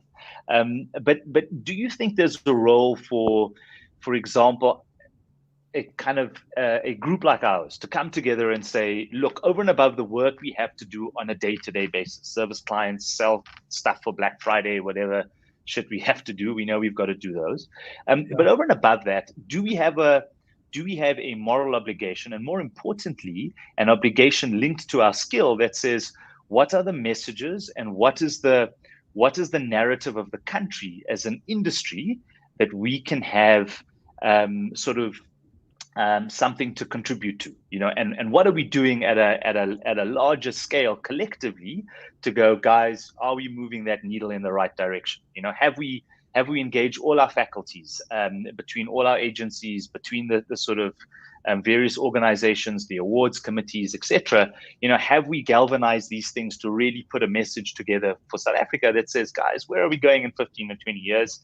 And are we creating the right legacy for South Africa? Have we done enough, Mike? I would argue no.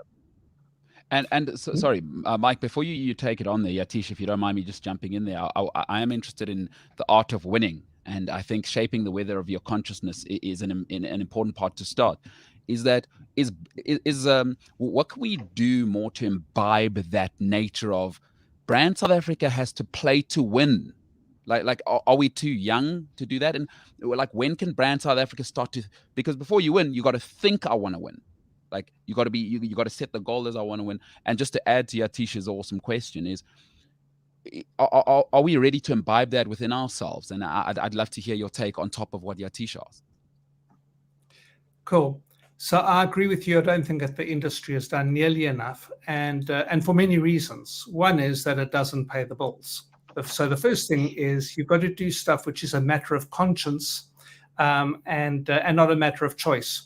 And to grow the country, to grow the economy, to get a more inclusive economy, to take people on the journey and to transform South Africa, you have to lean into active citizenry and wanting to make a difference in whichever industry you are in. So you're talking about a passion point of mine, because that is something that I've done literally since the 80s. How do I take many, many more people on the journey with me? But I think the reality is that unless we are engaged as an industry in a meaningful thing, then you're just reliant on other people saying, well, what could I be doing here? Or what could I be doing there? But if government or a sector of government, or if we as the industry said, okay, how are we going to take this on? How are we going to take on unemployment? How are we going to take on helping people get more engaged in the economy? How are we going to get people to make smarter decisions? I mean, one of the great crises of our time is the celebration of the facile, where people are surrounded by music videos, film, art, whatever, which is bling based, and thinks, well, I'm successful because I'm wearing a fancy brand or I'm doing whatever. And people are just getting themselves deeper and deeper into the debt trap. And people are kind of valuing them in a social circle because they happen to be carrying a bag or a wallet or wearing shoes that have got a fancy Italian or French logo on the side. I mean, that's all bullshit. It's just going to get people into bigger financial trouble. But in terms of winning and having a winning culture, look, South Africa is an unbelievable country on every possible level. We have got the natural beauty, we've got the intelligence, we've got the skills, we've got the minerals, we've got the resources. We are a leading country globally in financial services. When I lived in Australia, I can assure you that South Africa competed or was better in financial services, in telco, in infrastructure, in connectivity, and we've got 100% smartphone penetration in this country. So we can unlock this country like immediately. So if we believe that we can make South Africa succeed, then we need to rally around making South Africa succeed. And I think that there's too much, schadenfreude. I mean, you look at social media and people seem to get joy out of the misery of South Africa. You put some positive shit out there and it has very little traction. You put something negative out there and all of a sudden it becomes this mad feeding frenzy like Alfred Hitchcock's The Birds.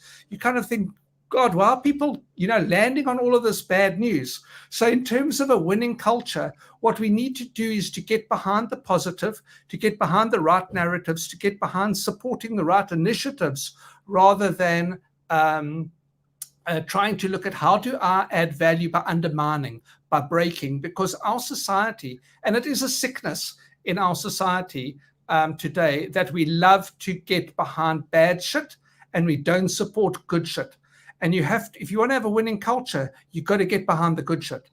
That's the stuff that's going to change the country, to say, hey, look what that company's doing. Isn't that remarkable? Let's all get behind that. Or look at that initiative.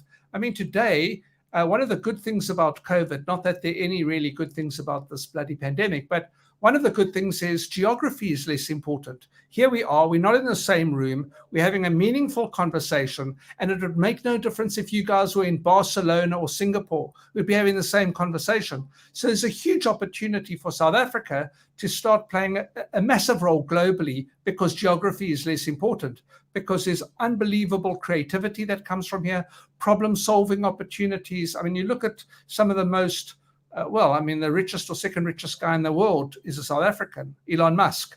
You know, he just went and did his shit overseas, not here, which is a pity. But there are a lot of those guys that come up with unbelievable ideas. And when you look at whether it's music and black coffee, whether it's Nelson Makamo who's challenging the art world behind me and hangs on the wall of Oprah Winfrey, or Giorgio Armani, whether you're talking about DJ Black Coffee, whether you're talking about Makosa, there are people doing unbelievable things in this country. And we need to get behind that success, and then to not watch it, but say, how do I participate in that success? How do I actively make a difference, and play to your passion? I think a lot of people want to be successful or look successful, as opposed to finding what they're good at, what their passion points are, and then leaning into that. That's the only way you're going to be good in life, is to focus on what you love doing, where you can add value, and then to focus on that. And people are always interested in, what do other people think of me? Well, the people that are going to judge you badly aren't worth your time at all. Focus on you, and how do you make a difference in a tangible, meaningful, and consistent way. That's what I think a winning culture is to lean into your strength, to focus on your strength, and to work with people that will compensate for your weaknesses, because we all have weaknesses. I mean, I've structured my company that way, where if somebody is particularly good at something and bad at something, I don't say they're bad at that. I say they're bloody good at that. And then let us compensate around what they're not so good at. And let's free them up to be brilliant at what they are good at. Well, that's an awesome thing, hey. That's a really, really awesome thing. And Yatish, I remember listening a couple of weeks ago, and you talking about what This Is Us is trying to drive home. And I love that you haven't really spoken about identity politic, and it's like, it's principle focused. Is no matter where we are on the spectrum, is we can all hold to these principles. And Yatish, I wanted to give you the last word as we kind of gonna wrap up on what is it that you do. And it's interesting to me, success is such an interesting thing across the board, whether you're a mother, the head of a hostel, whatever it is. What is it? I'd like maybe just something that you write down for yourself, Yatish, that's kind of took you from your 20s and to your success point now. Is there one thing that you stick to? Maybe it's just be on time, be respectful. Is because it takes those little things, right? Winning is get the little things right. Talk to your wife a certain way, you'll start winning, because then you'll talk to other South Africans a certain way. And I'd like to think that's where we all want to be. I don't want to speak for other people, but I'd like to think we start to talk, because when you start to talk to people a certain way, you start to feel a certain way, and South Africans are going to conduct themselves a certain way. And that's where we all want to go. I think that's pretty clear. Yatish, just the last word to you, and this has been awesome, gentlemen, on that one or two little things that you do constantly that every South African can take on, whatever you're doing. Yeah, look, I don't know. It is probably the one thing I always try to remind myself. I always there's a story I heard. Let me go back to something I heard that sort of grounded that idea. I think I may even get the story completely wrong, but it's a nice story, so just believe it. There was an architect, Frank Gehry, I think it was, who needed to pitch for a building, and the folklore goes, everybody had come in with lots of boards and lots of fancy things. And he apparently entered with a Sharpie and a piece of paper, drew something in real time, and won. And what it's always convinced me of is that you are always, even with a second to go, one idea away from solving whatever it is that's in front of you, right? All you've got to remember to do is just to stay calm, to not panic, and just recognize that there is a solution to every challenge you face. You just need to, either you haven't seen it yet, or you haven't come up with it, or someone else hasn't come up with it and you haven't recognized it. But do not panic. It will work out, I guess, is always the thing that's kept me grounded. That's an awesome message. And Mike, before we go, where can we get the book? And just a message for people. Like, we speak as South Africans. I'm extremely proud of this country, but for everyone who's out there, because we're all going through it. Mike as well. Let's not let's not be glib about it. Some of the awesome things you've spoken about today is it's transversal, right? We're all going through it, but there are core fundamentals and principles. Where can we get the book? And the last message from you, please, Mike. Cool. The book is available at takealot.com. It's available as an audio book if you want on Audible, and it's available at Exclusive and all major booksellers in South Africa. So it's everywhere. And if you're not a reader, then listen to David O'Sullivan reading the book, because he's done a great job on the Audible version. Yeah. And I think my message for people out there is nobody's going to make it happen for you.